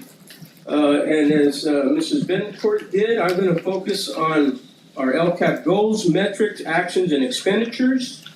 And of course, you do have your backup report to refer to. Yeah, and so,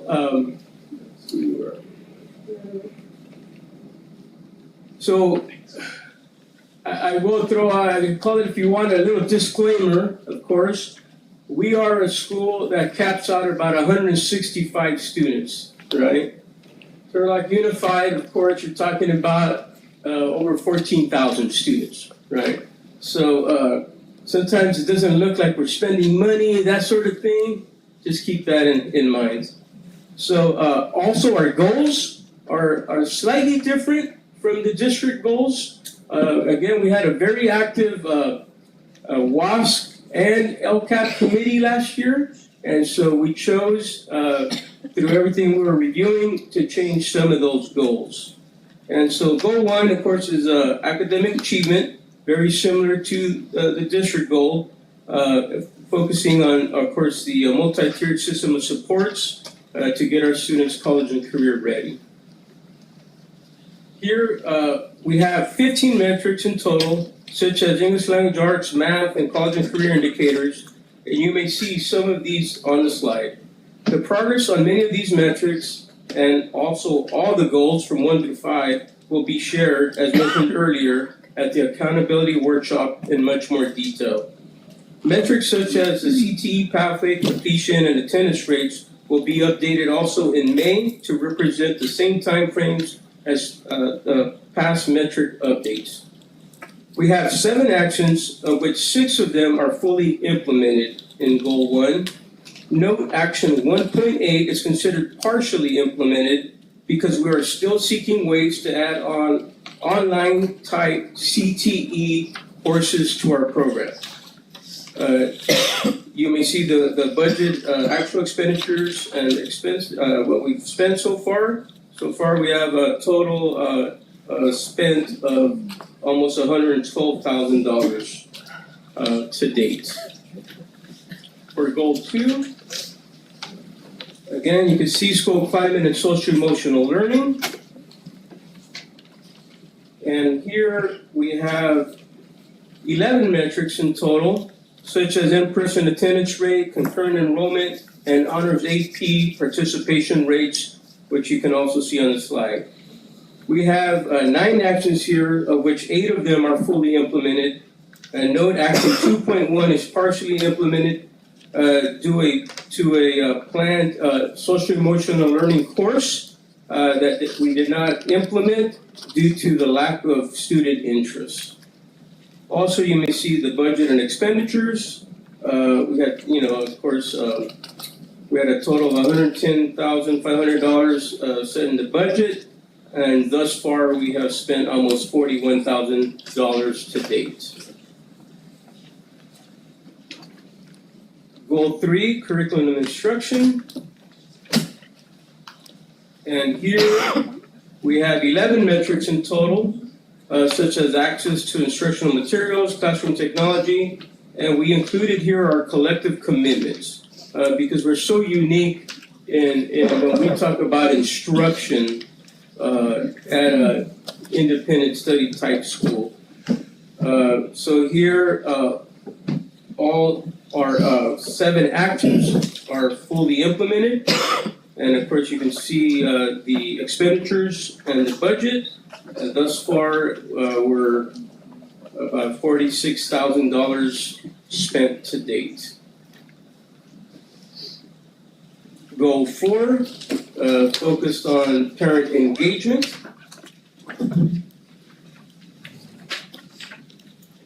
We have 5 metrics in total, such as parent participation, survey participation, and don't laugh, social media followers. We started a social media page for our school, and we're making it a big push to keep adding followers to that. And we have grown, so we're happy about that. And thus far, all our actions are fully implemented. And again, we budgeted $11,000 for this, and spent so far about $1,500 to date. Goal 5, safety and security. And here we have 4 metrics in total, such as monthly and annual inspections, safety snapshots, and we do have a student check-in and out system because students are constantly coming and going that we started off this year. And it's an electronic system. Students use their ID card to badge in and badge out. And we also use it for what we call our kind of like our tutoring center. We call it the space. If they're going to go in there, they also have to badge in and badge out. So everybody's aware of where everyone's at, just in case we have an emergency. And again, all actions of this goal are fully implemented. You can see the budget expenditures, and we haven't truly had a nearly $500 spent to date, but I will add and note that our basic grounds and operations and facilities costs is reconciled with the district at the end of the school year. So I do let the teachers turn on the lights and turn on the heater and that sort of thing. With that, as far as challenges, I will say one of our largest challenges is just getting parent participation. And I understand the commitment is a little hard because we do have, it's a very fluid school, coming and going. We're meant to be there temporarily to get them back to the comprehensive high schools. That's the main goal. Now, if they choose to stay with us and graduate with us, by all means, we're ready to do that. Okay. As far as next steps, of course, we will continue the LCAP process. At this time, we have 2 more meetings scheduled, one on March 10th and one on April 14th, to review our metrics and actions. You're all invited. Mrs. Martinez is already on our committee, so you could learn a lot more on what we do, and I believe it's quite a nice benefit that the district has for our district students to have another option to go to. And of course, at the end of the year, I'll present again an annual update in June. So with that, more than happy to answer any questions or clarify anything regarding our mid-year LCAP updates. Are there any questions from the board? I just have a comment. Ms. Martinez? Thank you, Gabe. This program is truly an alternative program that even if it was just 165 graduates, you were able to successfully cross them and get them their proper documents as far as a diploma to continue on with life skills. So thank you for that and keep up the great work. Thank you. Any other questions or comments from the board? From the public? Mr. Ontiveros, thank you very much. Thank you. Next is Educational Service, Mr. Aiken, Career Tech, item 22. Thank you. Good evening, Board President Silva, members of the board, student representatives, executive cabinet, Superintendent Ladding. I'm here tonight to share and celebrate. It is CTE month in February, if you didn't know. So we want to kind of just share out some of the celebrations, highlight some new developments, and just honor our teachers and programs and what the students are doing. So just to give you a real brief update in case, and a few new board members, if you don't know, or go a little more in depth. So what is Career Tech Ed? It's a program study involves multiple year sequence of courses. And so it's not just a one and done, not just by your senior year. We want to develop these pathways.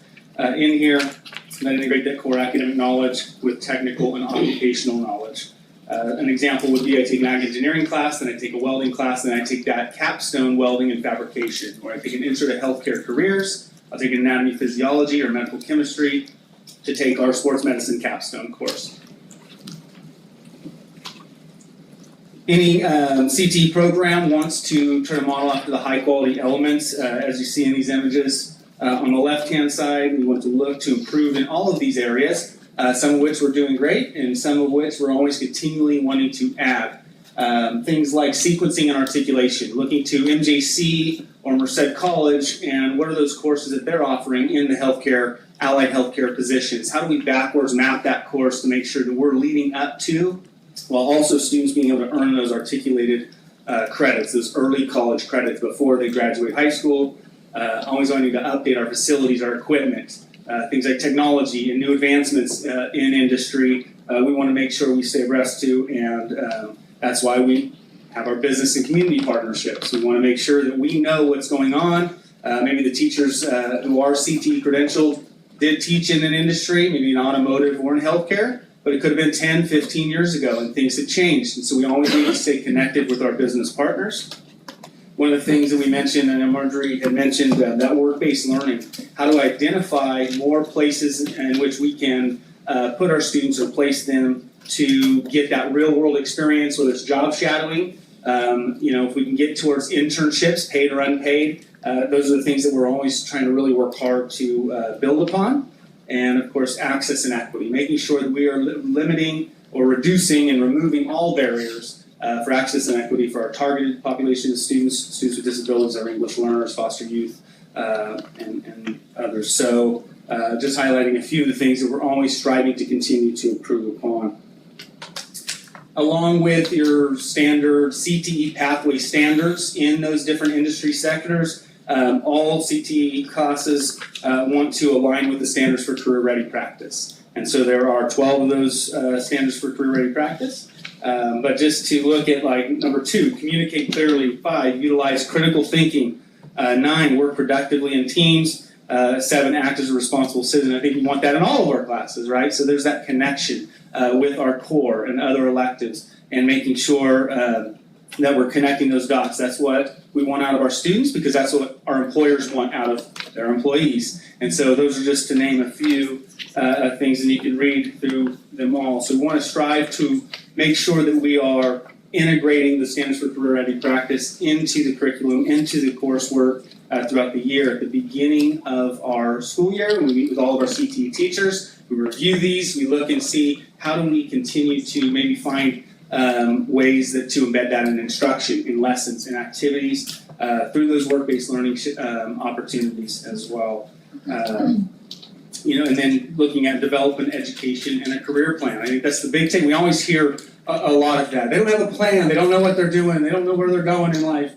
So we want to be able to set that up. You heard earlier about CCGI, California College Guidance Initiative, working towards implementing that earlier in 7th grade, even beforehand. We're building out that comprehensive Plan 712. And so the plan and the strategy is we get more into the junior high, we get them thinking, exposure to these courses, they start to build that plan out earlier, utilizing that tool, working with their counselors, going to Frosh orientation and seeing all the things at their fingertips, or those CTE elective teachers and programs, taking students to Dutch or junior high school during a lunchtime activity and getting them excited about what is available to them.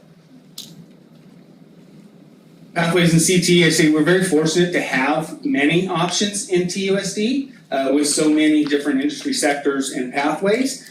Sometimes though this is staffing and growing pains, we have so many sometimes, so it takes time to build out each pathway because we don't want to expect just one teacher to teach 5 different classes or 4, that's a lot on them. So when we're trying to build out, like we've been doing recently with our healthcare pathways, we know that very much an in-demand industry in our local area, and we want to try to be able to continue to build. That is one pathway that we've been seeing some great success and improvements over the years, but it's taken time. I think Superintendent Laddick might have hired our first CTE medical Mrs. Galvin, so it takes a while. Now we have 3 healthcare teachers, but it is going to take some time to build those out. We also, looking at our students completing the 300 hours of coursework, basically that's like 2 years of coursework, each year being 150 hours worth. So we would have a concentrator course, which would be the example I gave was anatomy and physiology, or we have a medical chemistry class.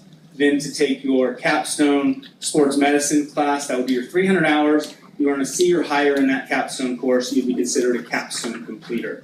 Of course, our ag programs have a little higher standard FFA, and to get some of that ag incentive grant funds, they do want to see the 3 courses. But our ag programs have been built and long-standing, and we've got numerous teachers teaching those pathways. So it's already, been there for quite some time. Last year, we had 285 pathway completers across our high schools. And that's pretty much, we're kind of right in that area, a little bit up, a little bit down each year, but kind of right in that ballpark of how many students complete those 2 courses, earn that C or higher, and we can call them a pathway completer, which just a few years ago we started recognizing them with a a cord that showed and announced that like in the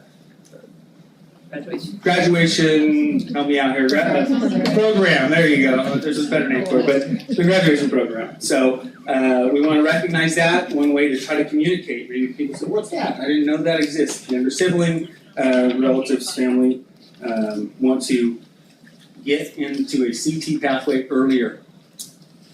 A little bit about our enrollment data. Looking at our Turtle Rock High School, you see the numbers in the introductory. We have a couple more introductory classes at Turtle Rock High School. Not as typical, a little larger ag program, a couple more teachers. We do have the automotive program there as well. So that's why you see that introductory a little bit higher there. Most pathways across high schools, a lot of times you'll just see the two, that concentrator level, mid-level, which you're still exploring, but you're starting to narrow down your pathway a little bit, where the capstone then gets into deeper into a specific field within that pathway or industry. I'm just looking at this also, I wrote in here duplicated, because you have some students who are taking multiple courses. We have a student who might be in a medical pathway course and also taking an early childhood class. So that's where we see some duplicated numbers. Looking at Roseland High School, enrollment and in the concentrator course, that's just currently, we have our public service, the criminal justice, and our new healthcare, intro to healthcare course there. So currently we have that many students in a CTE class on campus at Roselawn. But that changes because of their 5-week terms. So that causes challenges for us in students being pathway completers, unless they choose to concurrently enroll over at Roselawn, which they're allowed to do. So if they want to take those morning sessions and they want to go over and take that welding and fabrication class, the automotive class maybe first thing in the morning, they can do that and then come over to Roselawn. And then with Turtle Rock Junior High School, same kind of thing with the numbers. We see 456 students who have taken, we have a CTE credentialed teacher teaching foods and a new teacher in media arts teaching a photo and intro to media arts class, which is really exciting. And from what I hear from Mr. Ariola here, going very well, and we're excited to see the energy behind that grow. Not leaving Academy out. Confirming with Gabe that we typically do have about 3 to 5 Academy students every year who want to concurrently enroll, usually heavy in that either welding or, again, that medical pathway. I know we've seen some very successful students come here, take their student classes or do their online work through Academy, but every day do commit to a period over there at Turtle Rock High School. Just going into funding a little bit. LCAP Goal 1, Action 1, kind of abbreviated again as a district. We do support our CTE pathway and programs, and in order to qualify for grants, we have to, some at a 2-to-1 match. So our CTE teachers and what we're paying them, along with a lot of other things in our pathways, including some equipment, some material supplies, maybe maintenance on vehicles, things like that. That's where we have our primary district funds for CTE. Our largest funding source is CTIG, which is the CTE Incentive Grant. Without these grants that I'm going to talk about, I don't know, how you would grow without them, because they're really allowing us to expand partnerships, study trips, our CTSOs, which I'll highlight as well. One of those high quality elements is certifications, getting students to complete certifications before they get out of here.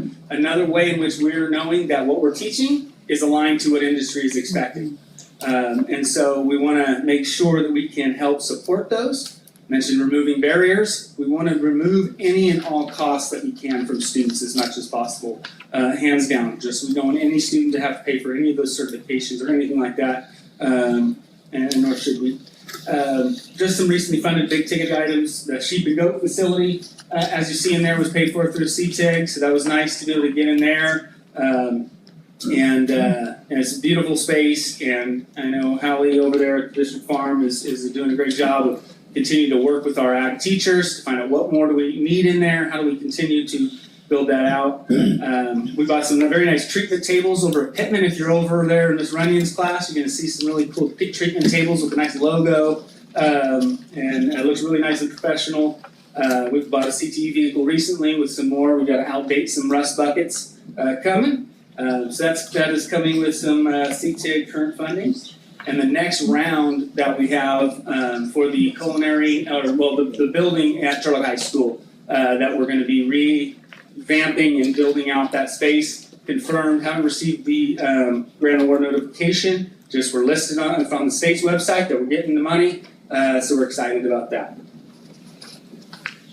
More CTE funding, just Perkins. We really want to leverage these grants for the best way we can to meet our needs. Everyone has a little bit different reporting requirements, and so just making sure that and timelines. So CTIG's always due December 31st.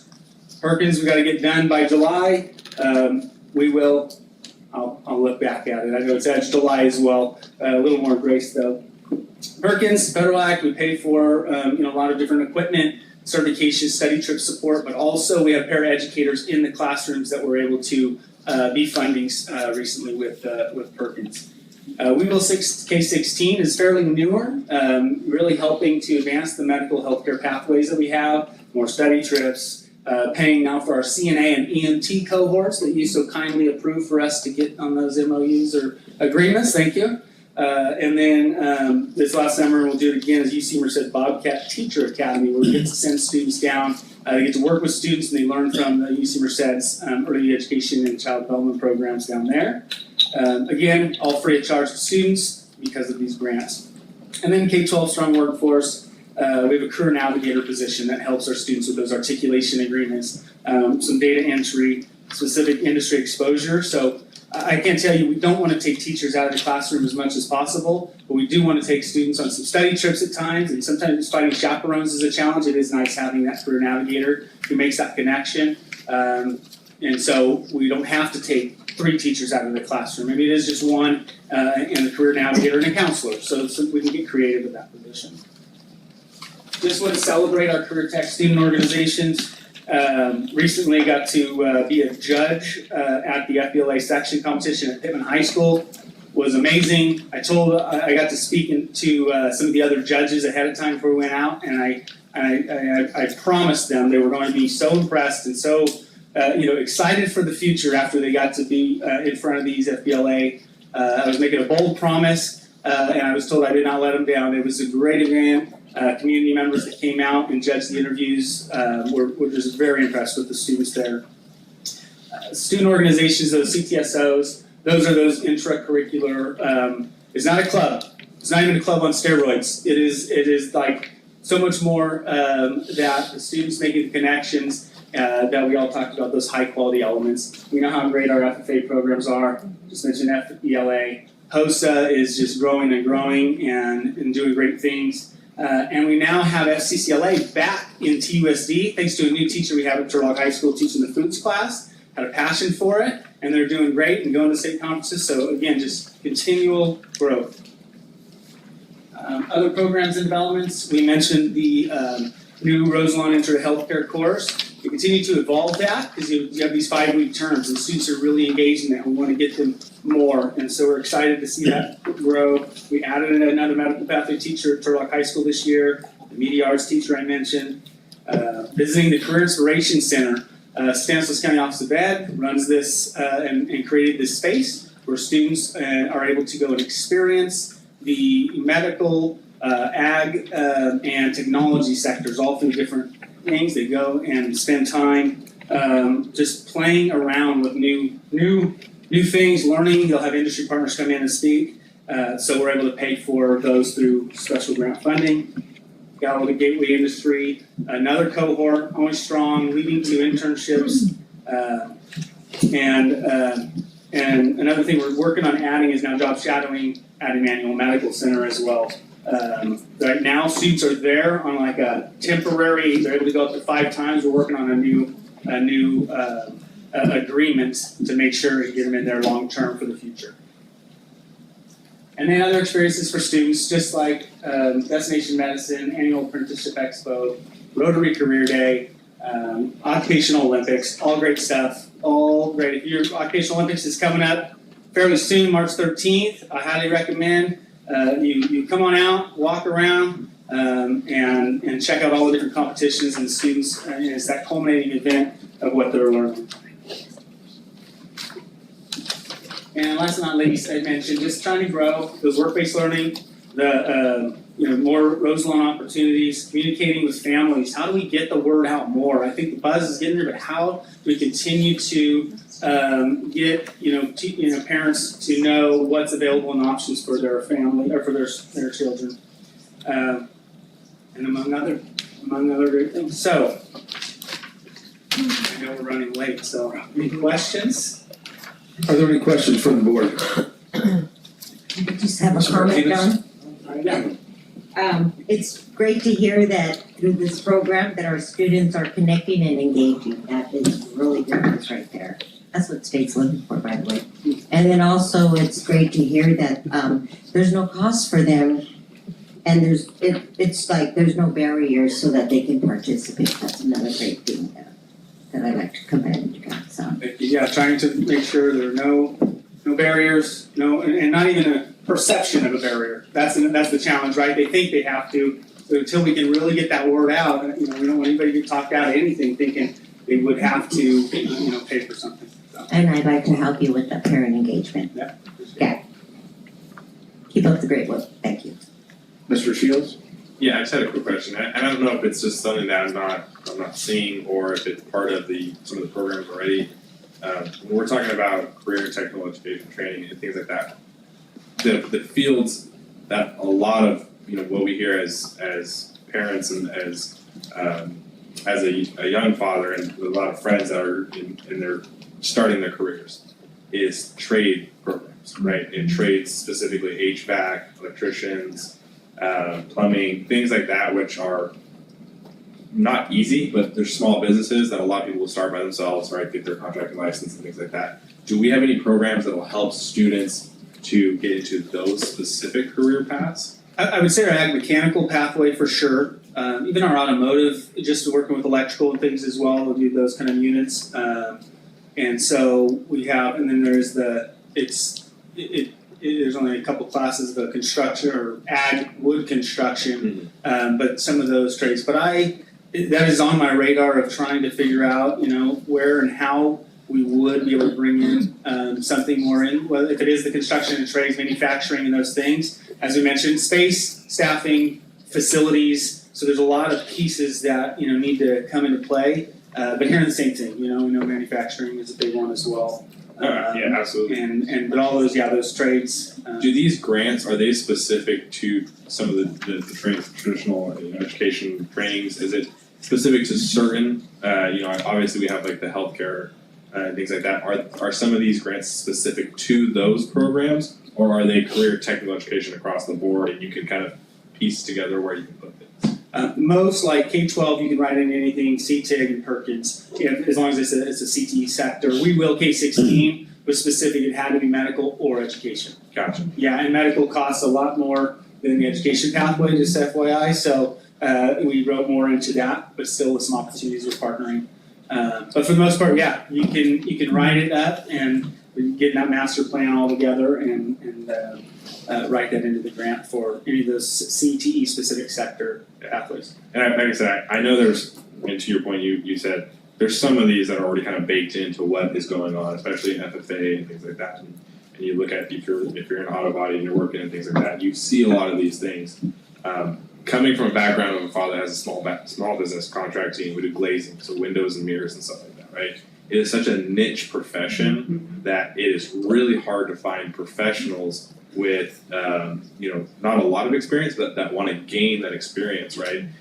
It's something that when I'm looking around and what I'm seeing from friends and families, those are also some of the best paying careers, right? I mean, you're talking 6-figure salaries, and you can, make your own hours essentially. And so that's for one of my, my biggest key points that I would really like to see us try to pursue, and I really appreciate you saying that you're already looking at that on the horizon, is those specific, right, the electricians and HVAC and plumbing, because we are coming to a shortage. And I've worked in the trades, I know there are not a lot of people out there who are getting their hands dirty and getting into those positions, and it is going to really drastically affect everything else in our lives if we don't have students that are seeing the opportunity that is. And so I really appreciate this presentation. I think it's fantastic work that you guys are doing. It's exactly what I want to see our education system move towards. If I'm being completely honest, I want to see more technical and trade education because it is something that we are falling flat on across the country. So I really appreciate it. Thank you. Any other questions or comments from the board? From the public? I'd just like to throw in a side note. You have a little homework here. We have new board members especially, and you're talking about our student organizations, the leadership training part of our programs. I think it would be good for some of our board members to attend the leadership conference. I know FFA has one in Sacramento this year, what, April? Yeah. Help me out here. Yeah. Maybe we could put something together. I think so. FFA does a really nice job of the admin leadership, a little 2-dayer. You get to really see and get an opportunity to judge if you like in that too. It'd be a real eye opener for our board. Yeah. So I'd even volunteer to drive. I have a CT. I don't know if they would drive instead of, can I do that? Thank you very much. I'll look into that. Very good. At this point, past our bedtime. So, release the administrators are excused if they would like. You're welcome to stay. Excused. Oh, excuse also. Sorry. It's a school night. Thanks again. At this time, for my information item, Sean's item 23. On transportation expansion. Thanks a lot. I'll just talk to myself tonight.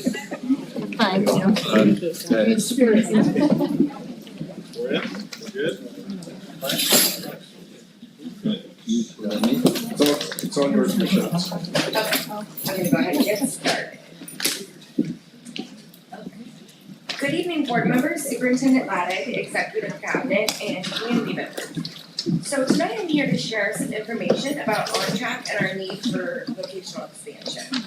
I do just want to point out that we have a very comprehensive board presentation for OnTrack that's coming on April 2nd. So this is just one part of an entire program.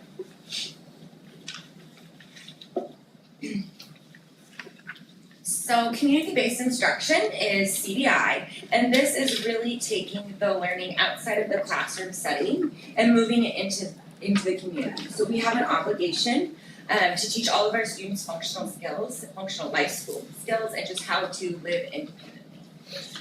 VBI is vocational-based instruction, so this is a little bit more along the lines of what John just shared, but similar in regards to skills that are very specific, related to specific jobs, specific careers, job readiness. So both of these services, they're actually IEP services on students' IEPs, and this is a requirement for any students 9th grade and older, all the way up to our adult program. It starts getting built in at the secondary level, but then we really do a lot of work within our adult program with this. Sorry, I can't go to see.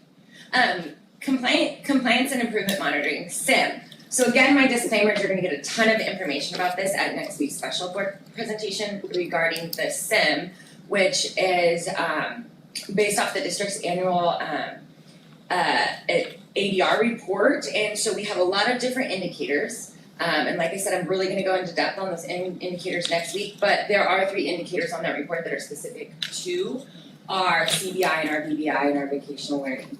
That's indicator 14A, 14B, and 14C. And we were found non-compliant in all 3 of those areas this year, and have in the last few years. So this is just kind of pointing out the importance of why we really need to focus on building our opportunities for our students to do CBI and VBI within our own community. So the concept or idea of a potential expansion to the Taylor Farm location is that we have a requirement of all of our adult transition programs to provide planning, instruction, and support in 3 key areas, and these are truly our key areas that the entire program is built off of. So it's on education and training, employment, and independent living. So the ability to have access to a home-based type setting within close proximity to the district farm could give our students opportunities to grow in all 3 of these areas and really expand what we're already doing within the program. And for anybody that doesn't know, we already do work at 5 different main locations within our community. We work at Mundos, we work at the Greenery, we work at Willie's Roadhouse. We have our students we just started about in the last year and a half, but we work with the child nutrition at the Central Kitchen, and our students, that is by far the best job. That they are so excited to go there, so that relationship has just really been grown over the last year. And then we're also at Calvary Baptist Church as well. So these are 5 areas that we're heavily involved in, but again, always needing more opportunities to create for these students. So some of the activities that we are thinking that we could do with a potential location would just be really taking and expanding on those generalizing all those pre-vocational skills. They are taught, they have to have an assessment, they are taught via a curriculum, and they systematically learn these different community-based, vocational, independent living, but we could take that into a different setting, which is generalizing the skill.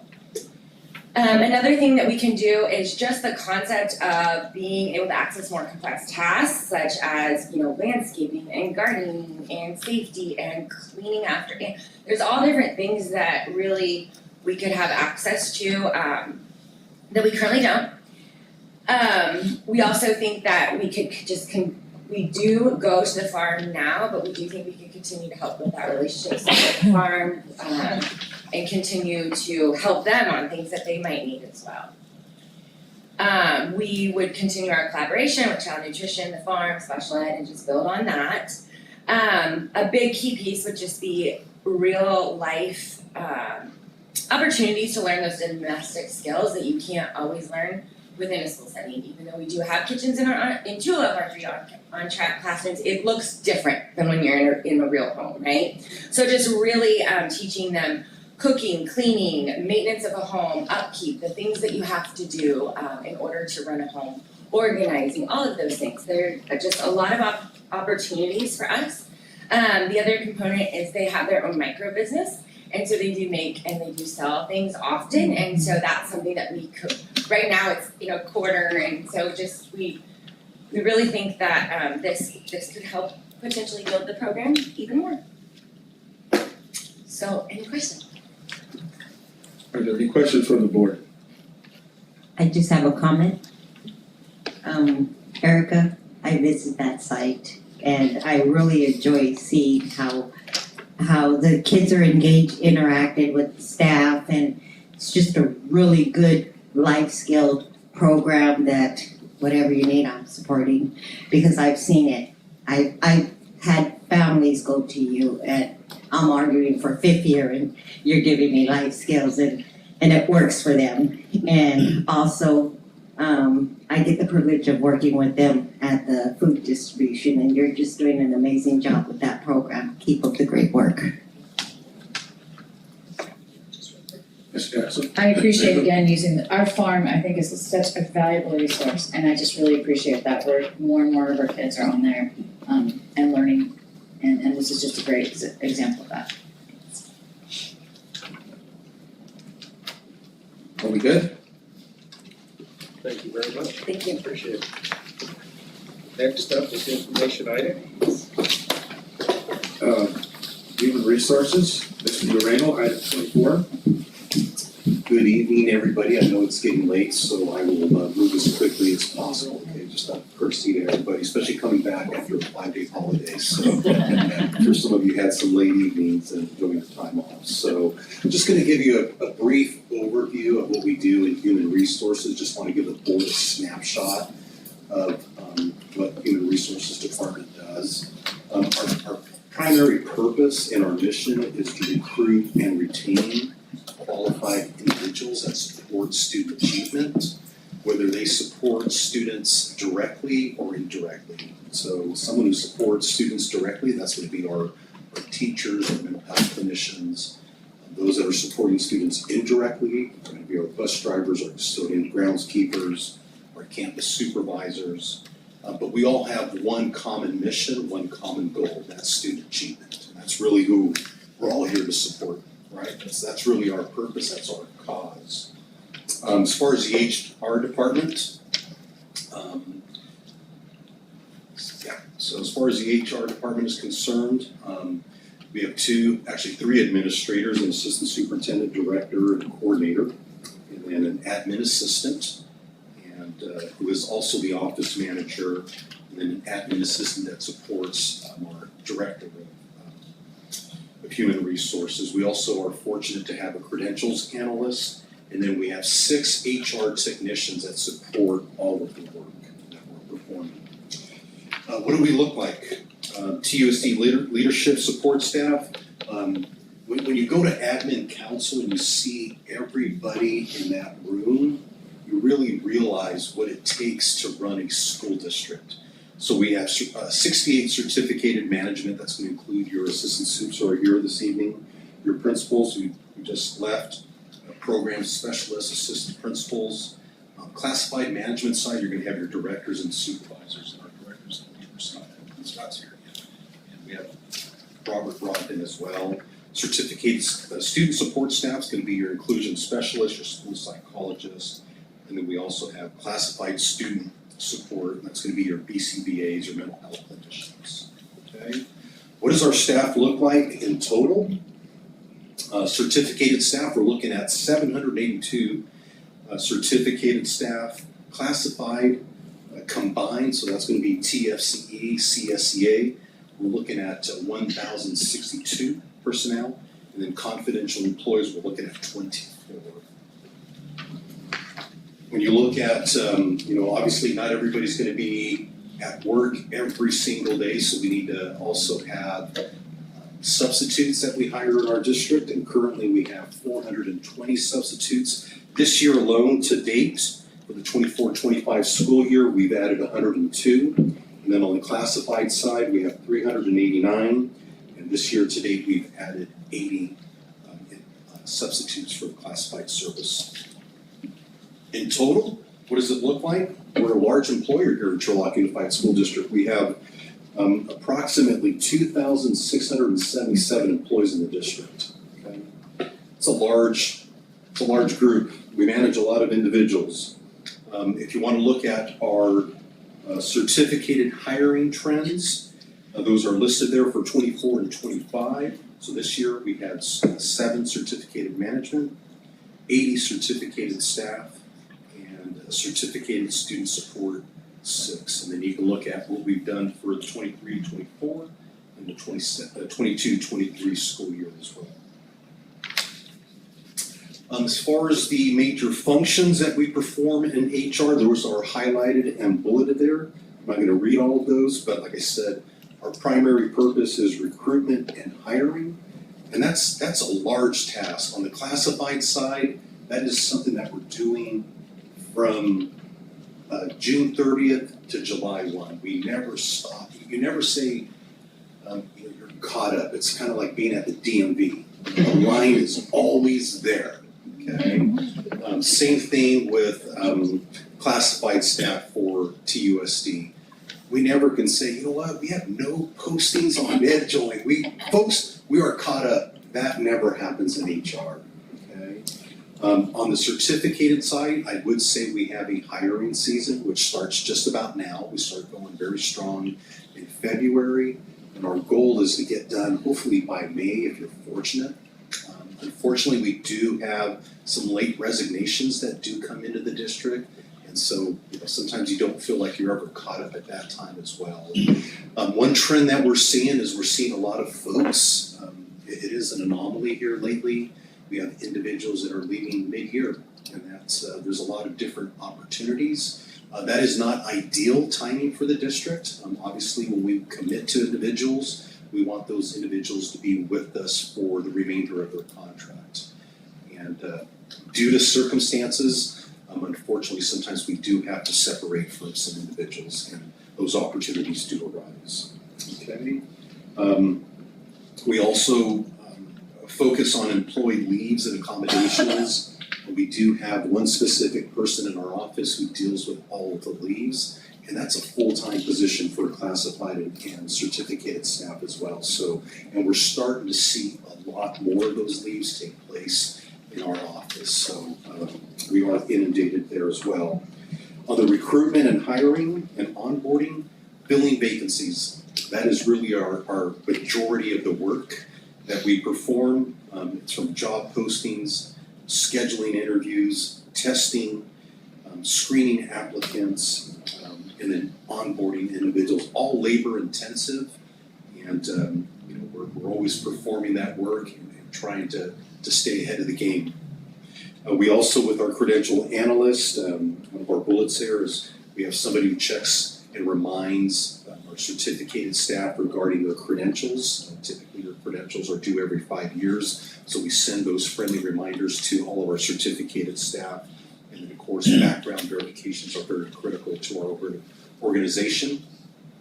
We have employees that are DOJ and FBI fingerprinted. We want to make sure that we have the right individuals in the right place in our district. Okay. Recruitment efforts, that has certainly expanded.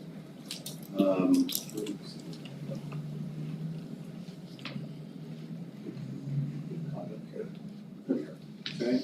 We're going to be very active this year. As a matter of fact, we just took a team to the university and the County Office of Education.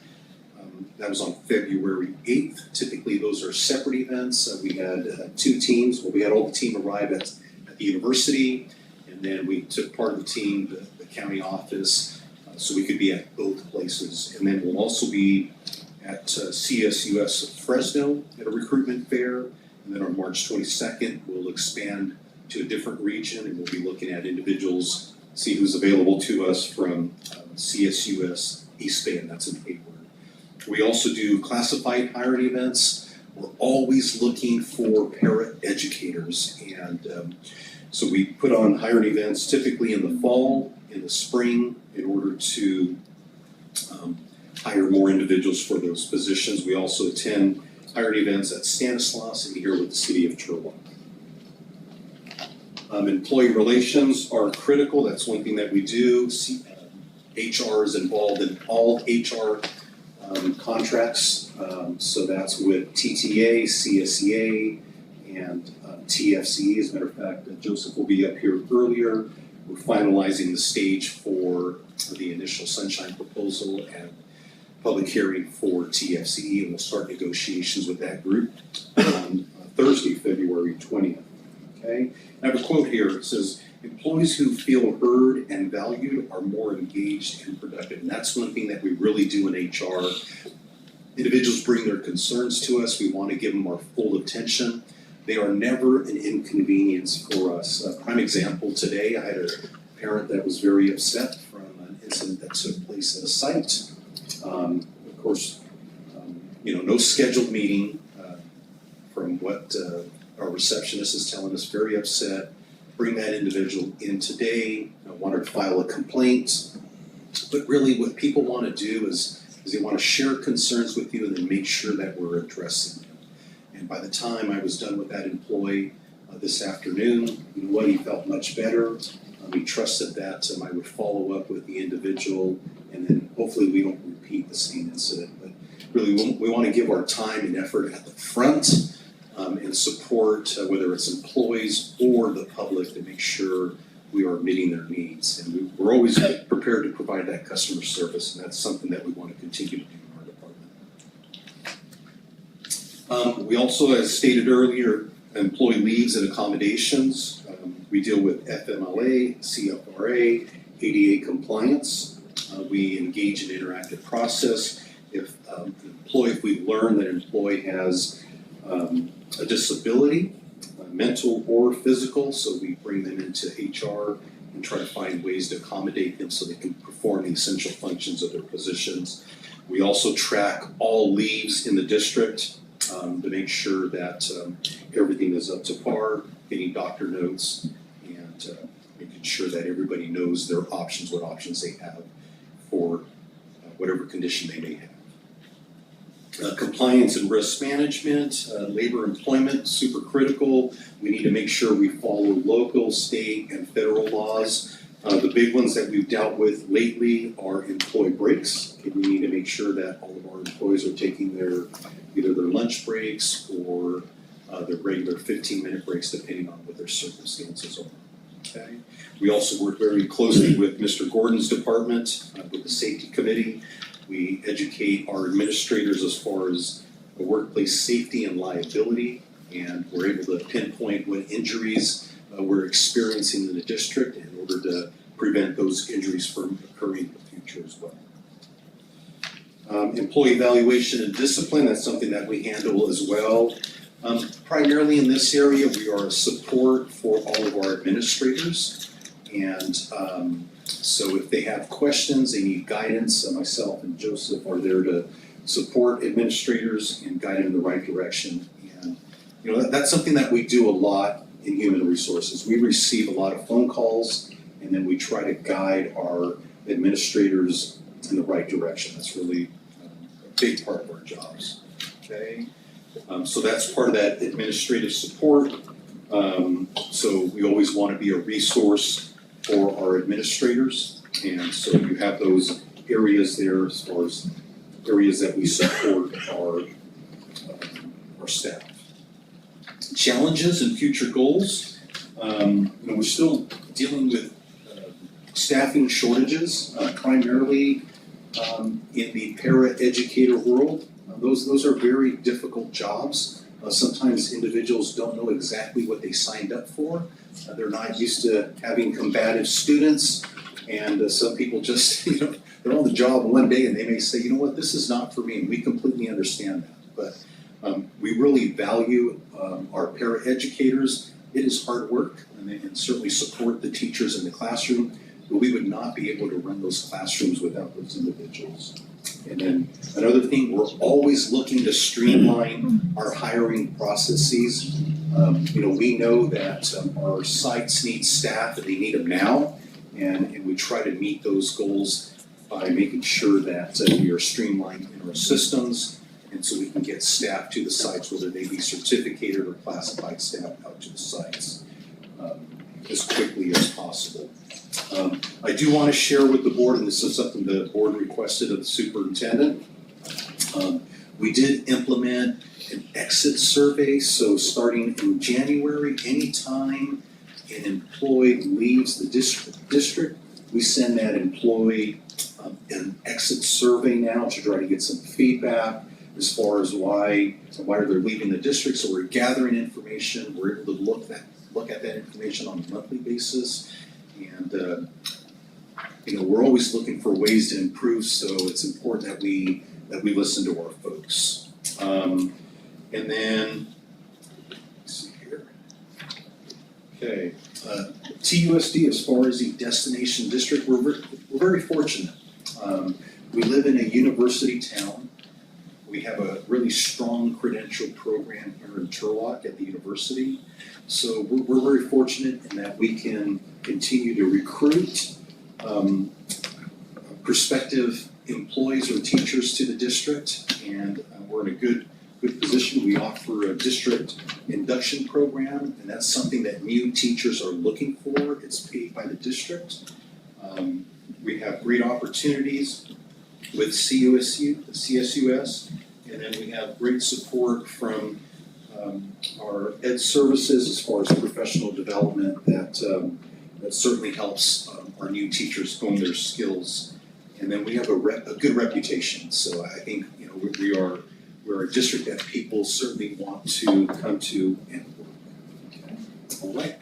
With that, I will finalize my presentation. Are there any questions from the board? Questions?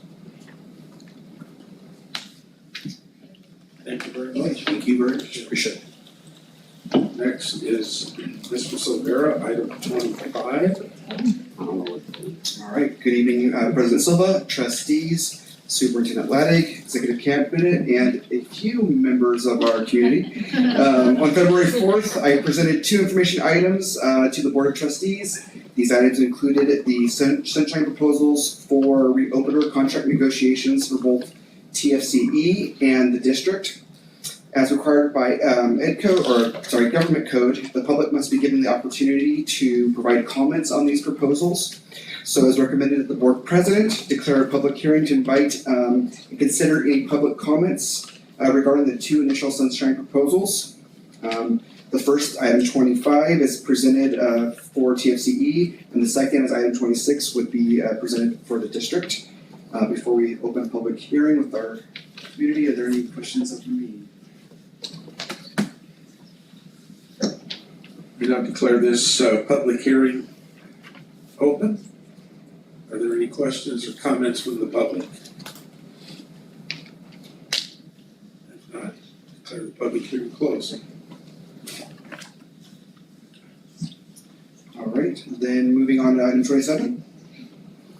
Item 27 is the action item. Now that the public has had the opportunity to make any public comments, district administration requests the adoption of the district's initial sunshine proposal to TFCE for the 24-25 reopener negotiations. It's recommended that the Board of Trustees adopt the district's initial sunshine proposal as presented.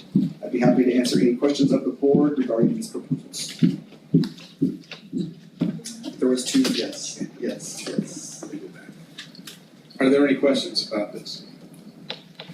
If not, could I have a motion? I will move. I'll second.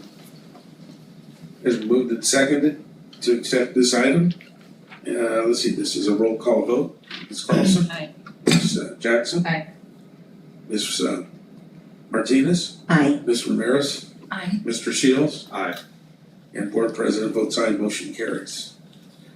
Mr. Silvera, I think we goofed here. Yeah, we did. We went too quickly this evening. I think we're seeing that the end of the tunnel. Yes. So the public hearing needs to be done for both, and so we offered a public hearing for TFC's proposal. So now would be the time for is recommended that the board president declare a public hearing for the district's proposal. Now declare that public hearing open. Any comments? If not, we'll declare it closed. Thank you. I think we caught up now. We're on now. So moving on to the next action item, which is the approval of a new job description. District administration has identified the need to create a new classified position within the CSEA bargaining unit to support the needs of our special education students that require occupational therapy services within our district. The proposed classification is a certified occupational therapy assistant, commonly referred to as a COTA. It's recommended that the Board of Trustees take action to approve the new job description effective February 18th and the revised CSE salary schedule. Director Shantz and I would be happy to answer any questions the board may have regarding this new classification within the district. Question? She knew she's Questions? well timed. Any questions, board? If not, can I have a motion? I move that we adopt the new certificated occupational therapy assistant job description. I'll I second that motion. Moved by Ms. Jackson, second by Mr. Shields. So roll call vote. Ms. Carlson? Aye. Ms. Jackson? Aye. Ms. Ramirez? Ms. Martinez? I'm sorry. It's okay. Aye. Is it A-R before? Anyway, Ms. Ramirez? Aye. Mr. Shields? Aye. The board president votes aye, motion carries. Sorry about that. Used to be on that side, that's why. Business service is here. This is an action item. Ms. Wisher? Here we are. Good evening, President Silva, Interim Superintendent Leidig, members of the board, cabinet, and fellow colleagues. Last meeting, I presented an informational item on an annual update of the facilities use fee scheduler guide. In the presentation, I went over the contents of the guide, including how the fees are calculated, the fee groups, and adjustments to the fees, rental processes, and blackout dates. I would also like to inform you that we'll be updating our insurance requirements as per guidance from our liability carrier to 1 million each occurrence and 2 million aggregate. It is recommended of the Board of Trustees to approve Resolution 18-2024-2025, resolution for the school use facility fee scheduling guide. May I answer? Questions? If I can have a motion? I'll move to accept. Second. Moved Moved by Mr. Shields, second by Ms. Carlson. This is a roll call vote. Ms. Carlson? Aye. Ms. Jackson? Aye. Ms. Martinez? Aye. Ms. Ramirez? Aye. Mr. Shields? Aye. And Board President votes aye, motion carries. Next item, item 30, Mr. Gordon. Thank you, Ms. Swisher. Very good. Good evening, President Silva, members of the board, Dave, and fellow cabinet members. So this is a follow-up to Ms. Johnson's recent conversation about On Track. So back in 2015, the district purchased a 10-acre farm with the intent of building out an educational farm. At the time, the farm was primarily row crops with a small house on it. The first few projects included irrigation, planting of trees, building of a beef barn. In addition, the district renovated the farmhouse with the intention of renting it out to provide some extra presence on the site to deter vandalism, theft, etc. Fast forward to today, and the farm has grown tremendously with many additions, which include lighting, a perimeter fence, and security cameras. As such, the need for a tenant on the farm to provide that presence has diminished. Additionally, as we heard earlier from Mrs. Chance, we need to expand our On-Track program. As our On-Track students currently spend a lot of time at the farm, it was determined that the farmhouse could serve as a needed expansion very well with limited modernization to it. So without going into further discussion on the program, I want to share the process by which we could eventually terminate the lease if that's the direction we want to go. Currently, as per Ed Code, we renew the lease for our tenant on a quarterly basis. To end this lease, basically in effect, the board needs to pass a resolution authorizing administration to deliver a 60-day notice to the tenant of termination. I do want to note that I have already spoken with the tenant and informed him that we're going to be having this conversation. So there's a likelihood that we would be terminating that lease. And he certainly understood the need. So with that, I'd like to ask if there are any questions, comments, or concerns that I can answer now about this process. Questions? Ms. Carlson? We need a third classroom?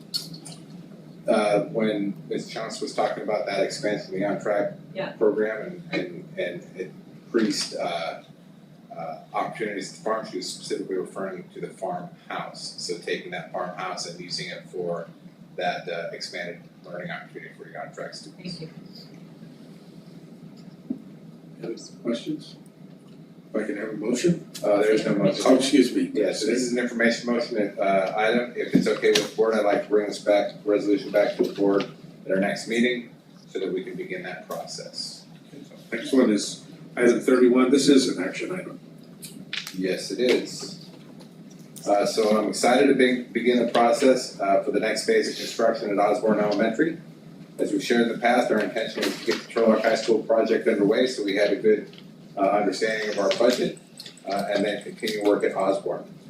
First, however, I want to take a moment to educate the new board members on the different types of delivery methods we have available for entering into agreements with contractors to perform construction on our sites.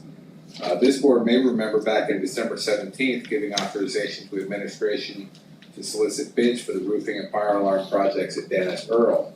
Those relatively small projects with limited scope and coordination needed were done as a hard bid. Basically, we solicited bids out to the community and we are about to accept the lowest responsive bidder to perform that work. Scott will talk about that next.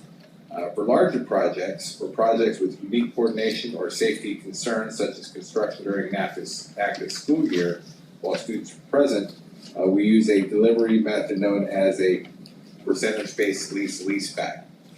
This allows us to bring a contractor on board as a true partner in the project to help clarify the scope, the scheduling, and the construction phases. In effect, we hire a general contractor, we talk through the project, the goals and the schedules, etc. The general contractor then solicits bids from the various subcontractors and we go through them together to identify the best value subcontractor, not necessarily the lowest bid subcontractor. We then enter into what's known as a guaranteed maximum price contract with the general contractor. That price is determined by adding up all of the subcontractors that are necessary and adding an agreed upon percentage markup for the general contractor. Then it gets a little bit complicated, but basically the contractor leases our site from us and then we lease it back from them during the duration of the construction, which is the term lease back. Then the project proceeds. Tonight, we're requesting authorization to solicit requests for proposals from general contractors to submit proposal packages which will include that percentage markup. Once we get those, the district will evaluate the packets, perform in-person interviews of a few of the best top qualifying contractors, and then each step of the way has a scoring process by which eventually we will take the highest score general contractor and bring it back to the board for entering into a contract, that lease-back contract. We have currently identified about $6.5 million of funding available for the next phase of construction at Osborne, which will include a bus turnout along Main Street to be available ideally at the start of the 25-26 school year, as well as what is known as Building B, which construction of the Building B will continue into next school year and include 5 classrooms, a new library, and a few small office spaces. Additionally, we will complete as much infrastructure as we can for the final phase of the project, which would include 3 additional buildings with 8 classrooms, 8 general education classrooms, 2 classrooms designed specifically for special education, a music room, and an additional set of student and staff restrooms, as well as some additional site work. With that, I'd like to request the board authorizes administration to solicit proposals for phase 3 increment 1 at Osborne Elementary. Can I answer any questions? Questions? Yeah, maybe we'll do everybody. Could I have a motion, please? I'll move, okay, go ahead. This is, I'll move that we go out for the solicit RFP for Osborne's third and final. Not final. I second. Phase 3 Phase 2, okay, I'm optimistic. I Moved by second. Ms. Jackson, seconded by Ms. Martinez. Ms. Martinez. This is a roll call vote. Ms. Carlson? Aye. Ms. Jackson? Aye. Ms. Martinez? Aye. Ms. Ramirez? Aye. Mr. Shields? Aye. And board president votes aye, and motion carries. Next is action item. Item 32, Mr. Richardson. Yes, good evening, President Silva, board members, Superintendent Laddy, and Cabinet. My items might get a little complicated, so if you have questions, please ask. I know it's late, but there's some interesting facets to a couple of my items tonight. For my first item, I'm here tonight to request a contract time extension for the transportation project. The board may recall, at least the members that have been here for a while, that we came to the board last February on the 6th and awarded a contract to Harris Builders for the construction of the new office. This transportation project is complex because we had multiple contractors. We had Schneider Electric doing another portion of the work related to the solar. We have had delays in the project, and primarily the reason for this delay is one component, and that is electrical switchgear that TUSD ordered, not the contractor, that was late to arrive. So what I wanted to share with the board is this: we ordered our switchgear from our local provider, Platt Electric, in, let me get the date right, October 25th of 2023. And it arrived finally on January 7th of this year. When it arrived, it was damaged. We have been waiting for the last month to have the company that manufactured the switchgear to come out and assess it so that they could repair it. And as of today, we have an assessment, but we still don't have repairs done. And so as a result of something that we ordered that we can't turn over to the contractor to complete the install, we are here to extend the contract one more time. There is a cost associated tonight with this extension. So we're requesting that the contract be extended 212 days. That will take us to the end of April, which should give us, I hope, fingers crossed, more than adequate time to get the switchgear repaired. The cost to the district is $6,396.01. That is to extend the builder's risk insurance policy for Harris Builders, the contractor, which we have already informed our supplier, Platt Electric, that the district will be billing back to them to cover that cost, because all of the late fees should be rest on their shoulders. at this point, we've waited and been patient and been cooperative. And it's not really our fault that this got damaged in shipping and now we're still stuck. They have agreed to that verbally, so after tonight's meeting, we'll put it in writing in the form of an invoice and attempt to collect those fees.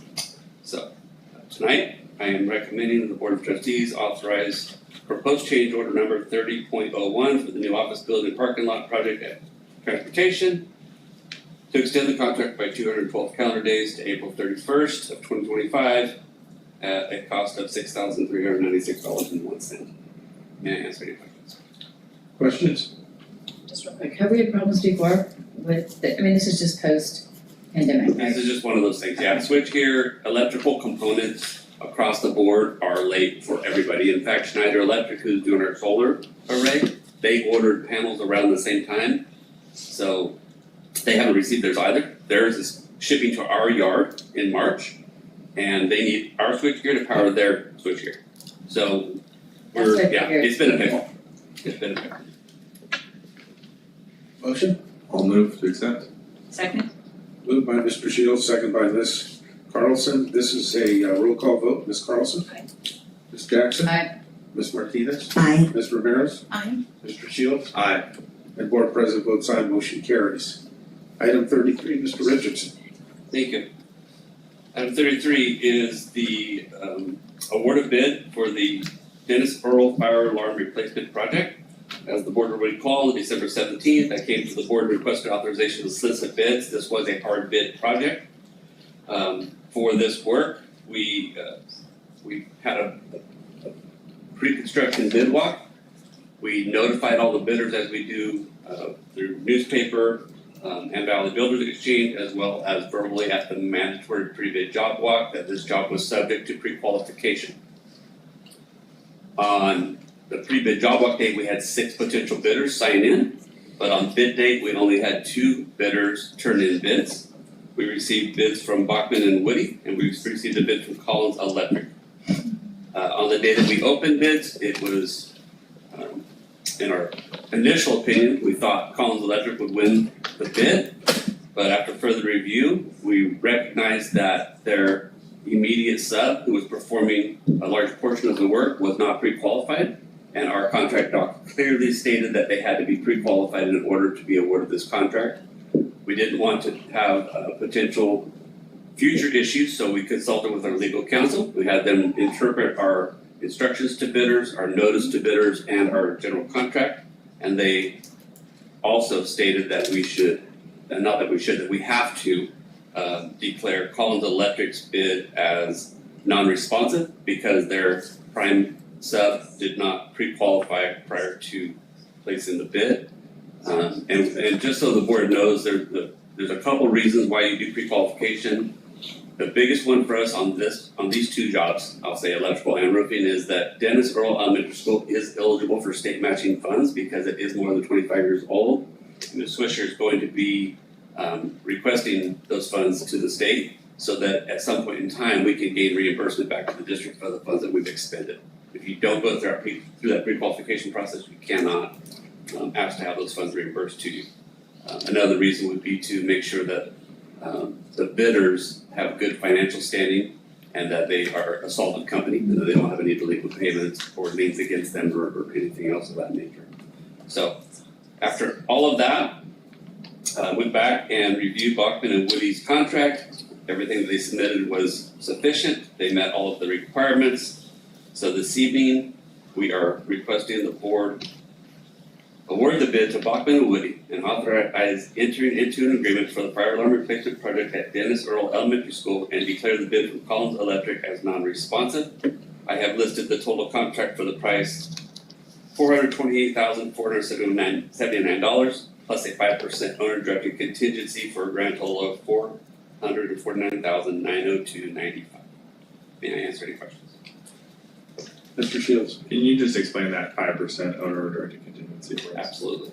So it's very common for us to embed some form of contingency into all of our projects because it's almost inevitable that we're going to uncover something that we didn't anticipate. In a fire alarm project on a campus that's only about 25 years old, we think it's less likely that we're going to have anything major. But one instance could be, and we've had this on those sites where you go to pull out old wires and they're stuck in a conduit, and so you have to create a new pathway and bypass that old conduit and maybe abandon it in the ground. We've done that at multiple sites. It happens. So we set a pretty low contingency on this job, just so we have something, and what that does is it allows us to continue forward with the work without having to come back to the board and ask for, hey, we need $5,000 so we can keep work moving. We don't want to slow the process down. Thank you. You're welcome. Can I have a motion? I'll move. I'll second. Moved by Mr. Shields, second by Ms. Jackson. This is a roll call vote. Ms. Carlson? Aye. Ms. Jackson? Aye. Ms. Martinez? Aye. Ms. Rivera? Aye. Mr. Shields? Aye. And Board President votes aye, motion carries. Mr. Richardson, item 34. Yes, last but not least, we have a roofing project at Dennis Royal Elementary School that is under the same criteria as everything that I mentioned earlier with regards to future state matching funds. We did have a very good turnout on bid day for this. We were a little nervous when our first bid that we opened was $6 million. We opened them in alphabetical order as they read on the board item, and we were hoping to keep this thing within the budget that we had estimated for the work. As you see there, we had 6 bids, ranging from $6,139,000 down to the lowest of $3,321,000. Pack Shield Roofing Services was the lowest bid. I personally have not worked with Pack Shield. I did check the references with a couple of local architects, and I spoke to them personally, and they felt very confident that they could not only perform the work within the time frame that we have laid out for them, but also the architects that I spoke to and one of our project inspectors said that they have performed work in our valley for years and that they've done so successfully. So I have no reason to believe that they won't be successful. It just always feels a little bit more comfortable when you know exactly who you're getting, but this is the nature of our bid. Sometimes we get a new name and sometimes it goes really well. And sometimes we struggle through it, but I think we'll be okay in this case. On this particular job, we are asking for an 8% owner-directed contingency. The reason for making that a higher number, we know that the Dennis Royal roof has been leaking. We cannot see all of the wood underneath the roof to identify whether or not we have dry rot and how severe it may or may not be. So we want to anticipate that we're going to have some, and hopefully we don't have very much that we have to address. But again, this gives us the ability to address it throughout the course of construction and hopefully not slow down progress, given that we only have a 70-day window to complete this work with those students on campus. So with that, administration is recommending the Board of Trustees award the bid to Pack Shield Roofing Services and authorize entry to an agreement for the roof replacement project at Dennis Royal Elementary School and reject all other bids as presented. May I answer any questions? Questions? Just thank you for your due diligence. Motion? Okay, I'll move to award the bid for the roofing replacement at Earl. And I'll second. Okay, moved by Ms. Jackson, seconded by Ms. Ramirez. This is a roll call vote. Ms. Carlson? Aye. Ms. Jackson? Aye. Ms. Martinez? Aye. Ms. Ramirez? Aye. Mr. Shields? Aye. And Board President votes aye, motion carries. Thank you. Thank you very much, Mr. Richardson, for your hard work on this. Next is administration area, item 35, action item, Superintendent Lally. Alright, thank you, President Silva. So tonight we have the official 2025 delegate assembly ballot for subregion 8C. There are 2 vacancies open for the term April 1st, 2025 through March 31st of 2027. The board needs to collectively vote for no more than 2 candidates. One candidate is our very own Mary Jackson. The other is Ray Prop Jr. from Zenary Unified School District. We'll note that there is a provision for writing candidates should the board so choose. What's the pleasure of the board on this item? I think since we can vote for 2 people, we have 2 candidates from Stanislaus County, I think if we could vote for Mary Jackson and Ray Prop Jr. Right? So I move that TUSD cast our votes for Mary Jackson and Ray Prop Jr. Next thing. Moved by Ms. Carlson, seconded by Ms. Ramirez. Let's see, this is a roll call vote. Should I ask the students for preference? Next time. Ms. Carlson? Aye. Ms. Jackson? Aye. Ms. Martinez? Ms. Aye. Ms. Ramirez? Aye. Mr. Shields? Aye. Board President votes aye, motion carries. I do have one question. Are there other vacancies for this position or is it just one? That's it? There's two. Two in that one? 2 candidates and 2 vacancies. Okay. I was under the understanding that there was extra vacancies, so. Okay, thank you. The next term for there's 3 for sub-region 8C. Lourdes Perez of Ceres, her term will expire in 2026, so there will be 1 vacancy open next year, or 2026. Board report? I started turning into a pumpkin about 20 minutes ago, so I'm not gonna have to work for tonight. I just hope everyone had a good break and staying healthy. I attended the ALCAP second cohort, and I also attended the meet and greet, the newly electives and the re-electives. It was hosted by El Concilio and PAC of Stanislaus County, and I will be helping out this Thursday at the food distribution. Thank you.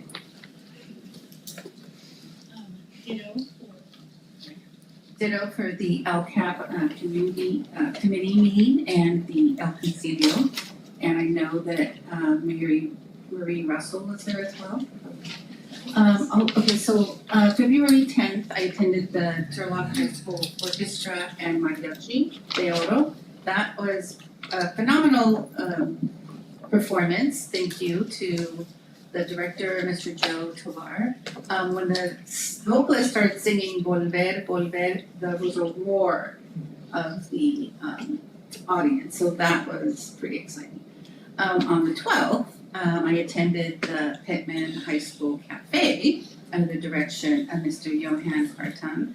And his theme was like a childhood nostalgia theme, and that was pretty heartfelt. The performances were so phenomenal, I felt like I was at the Gallo Center. That is how I felt. And so I'm just so grateful to the Turlock School board and previous board also that they had the vision to keep the music department intact. And I'm really grateful for that. And also for the cabinet. So that's the end of my report. I have no report, thank you. Just real quick, it's a shameless plug for a scholarship breakfast on March the 2nd, and since it's prior to our next board meeting, I thought I'd make the plug now, but the Knights of Columbus is having a scholarship breakfast, and they contributed over $13,000 in scholarships to our high schools last year. So if you would like a reasonable breakfast and support our students, March 3rd at Sacred Heart Cafeteria. And then FFA week, the only thing I'm gonna leave you with is the FFA model. Learning to do, doing to learn, earning to live, and living to serve. And there'll be a test next.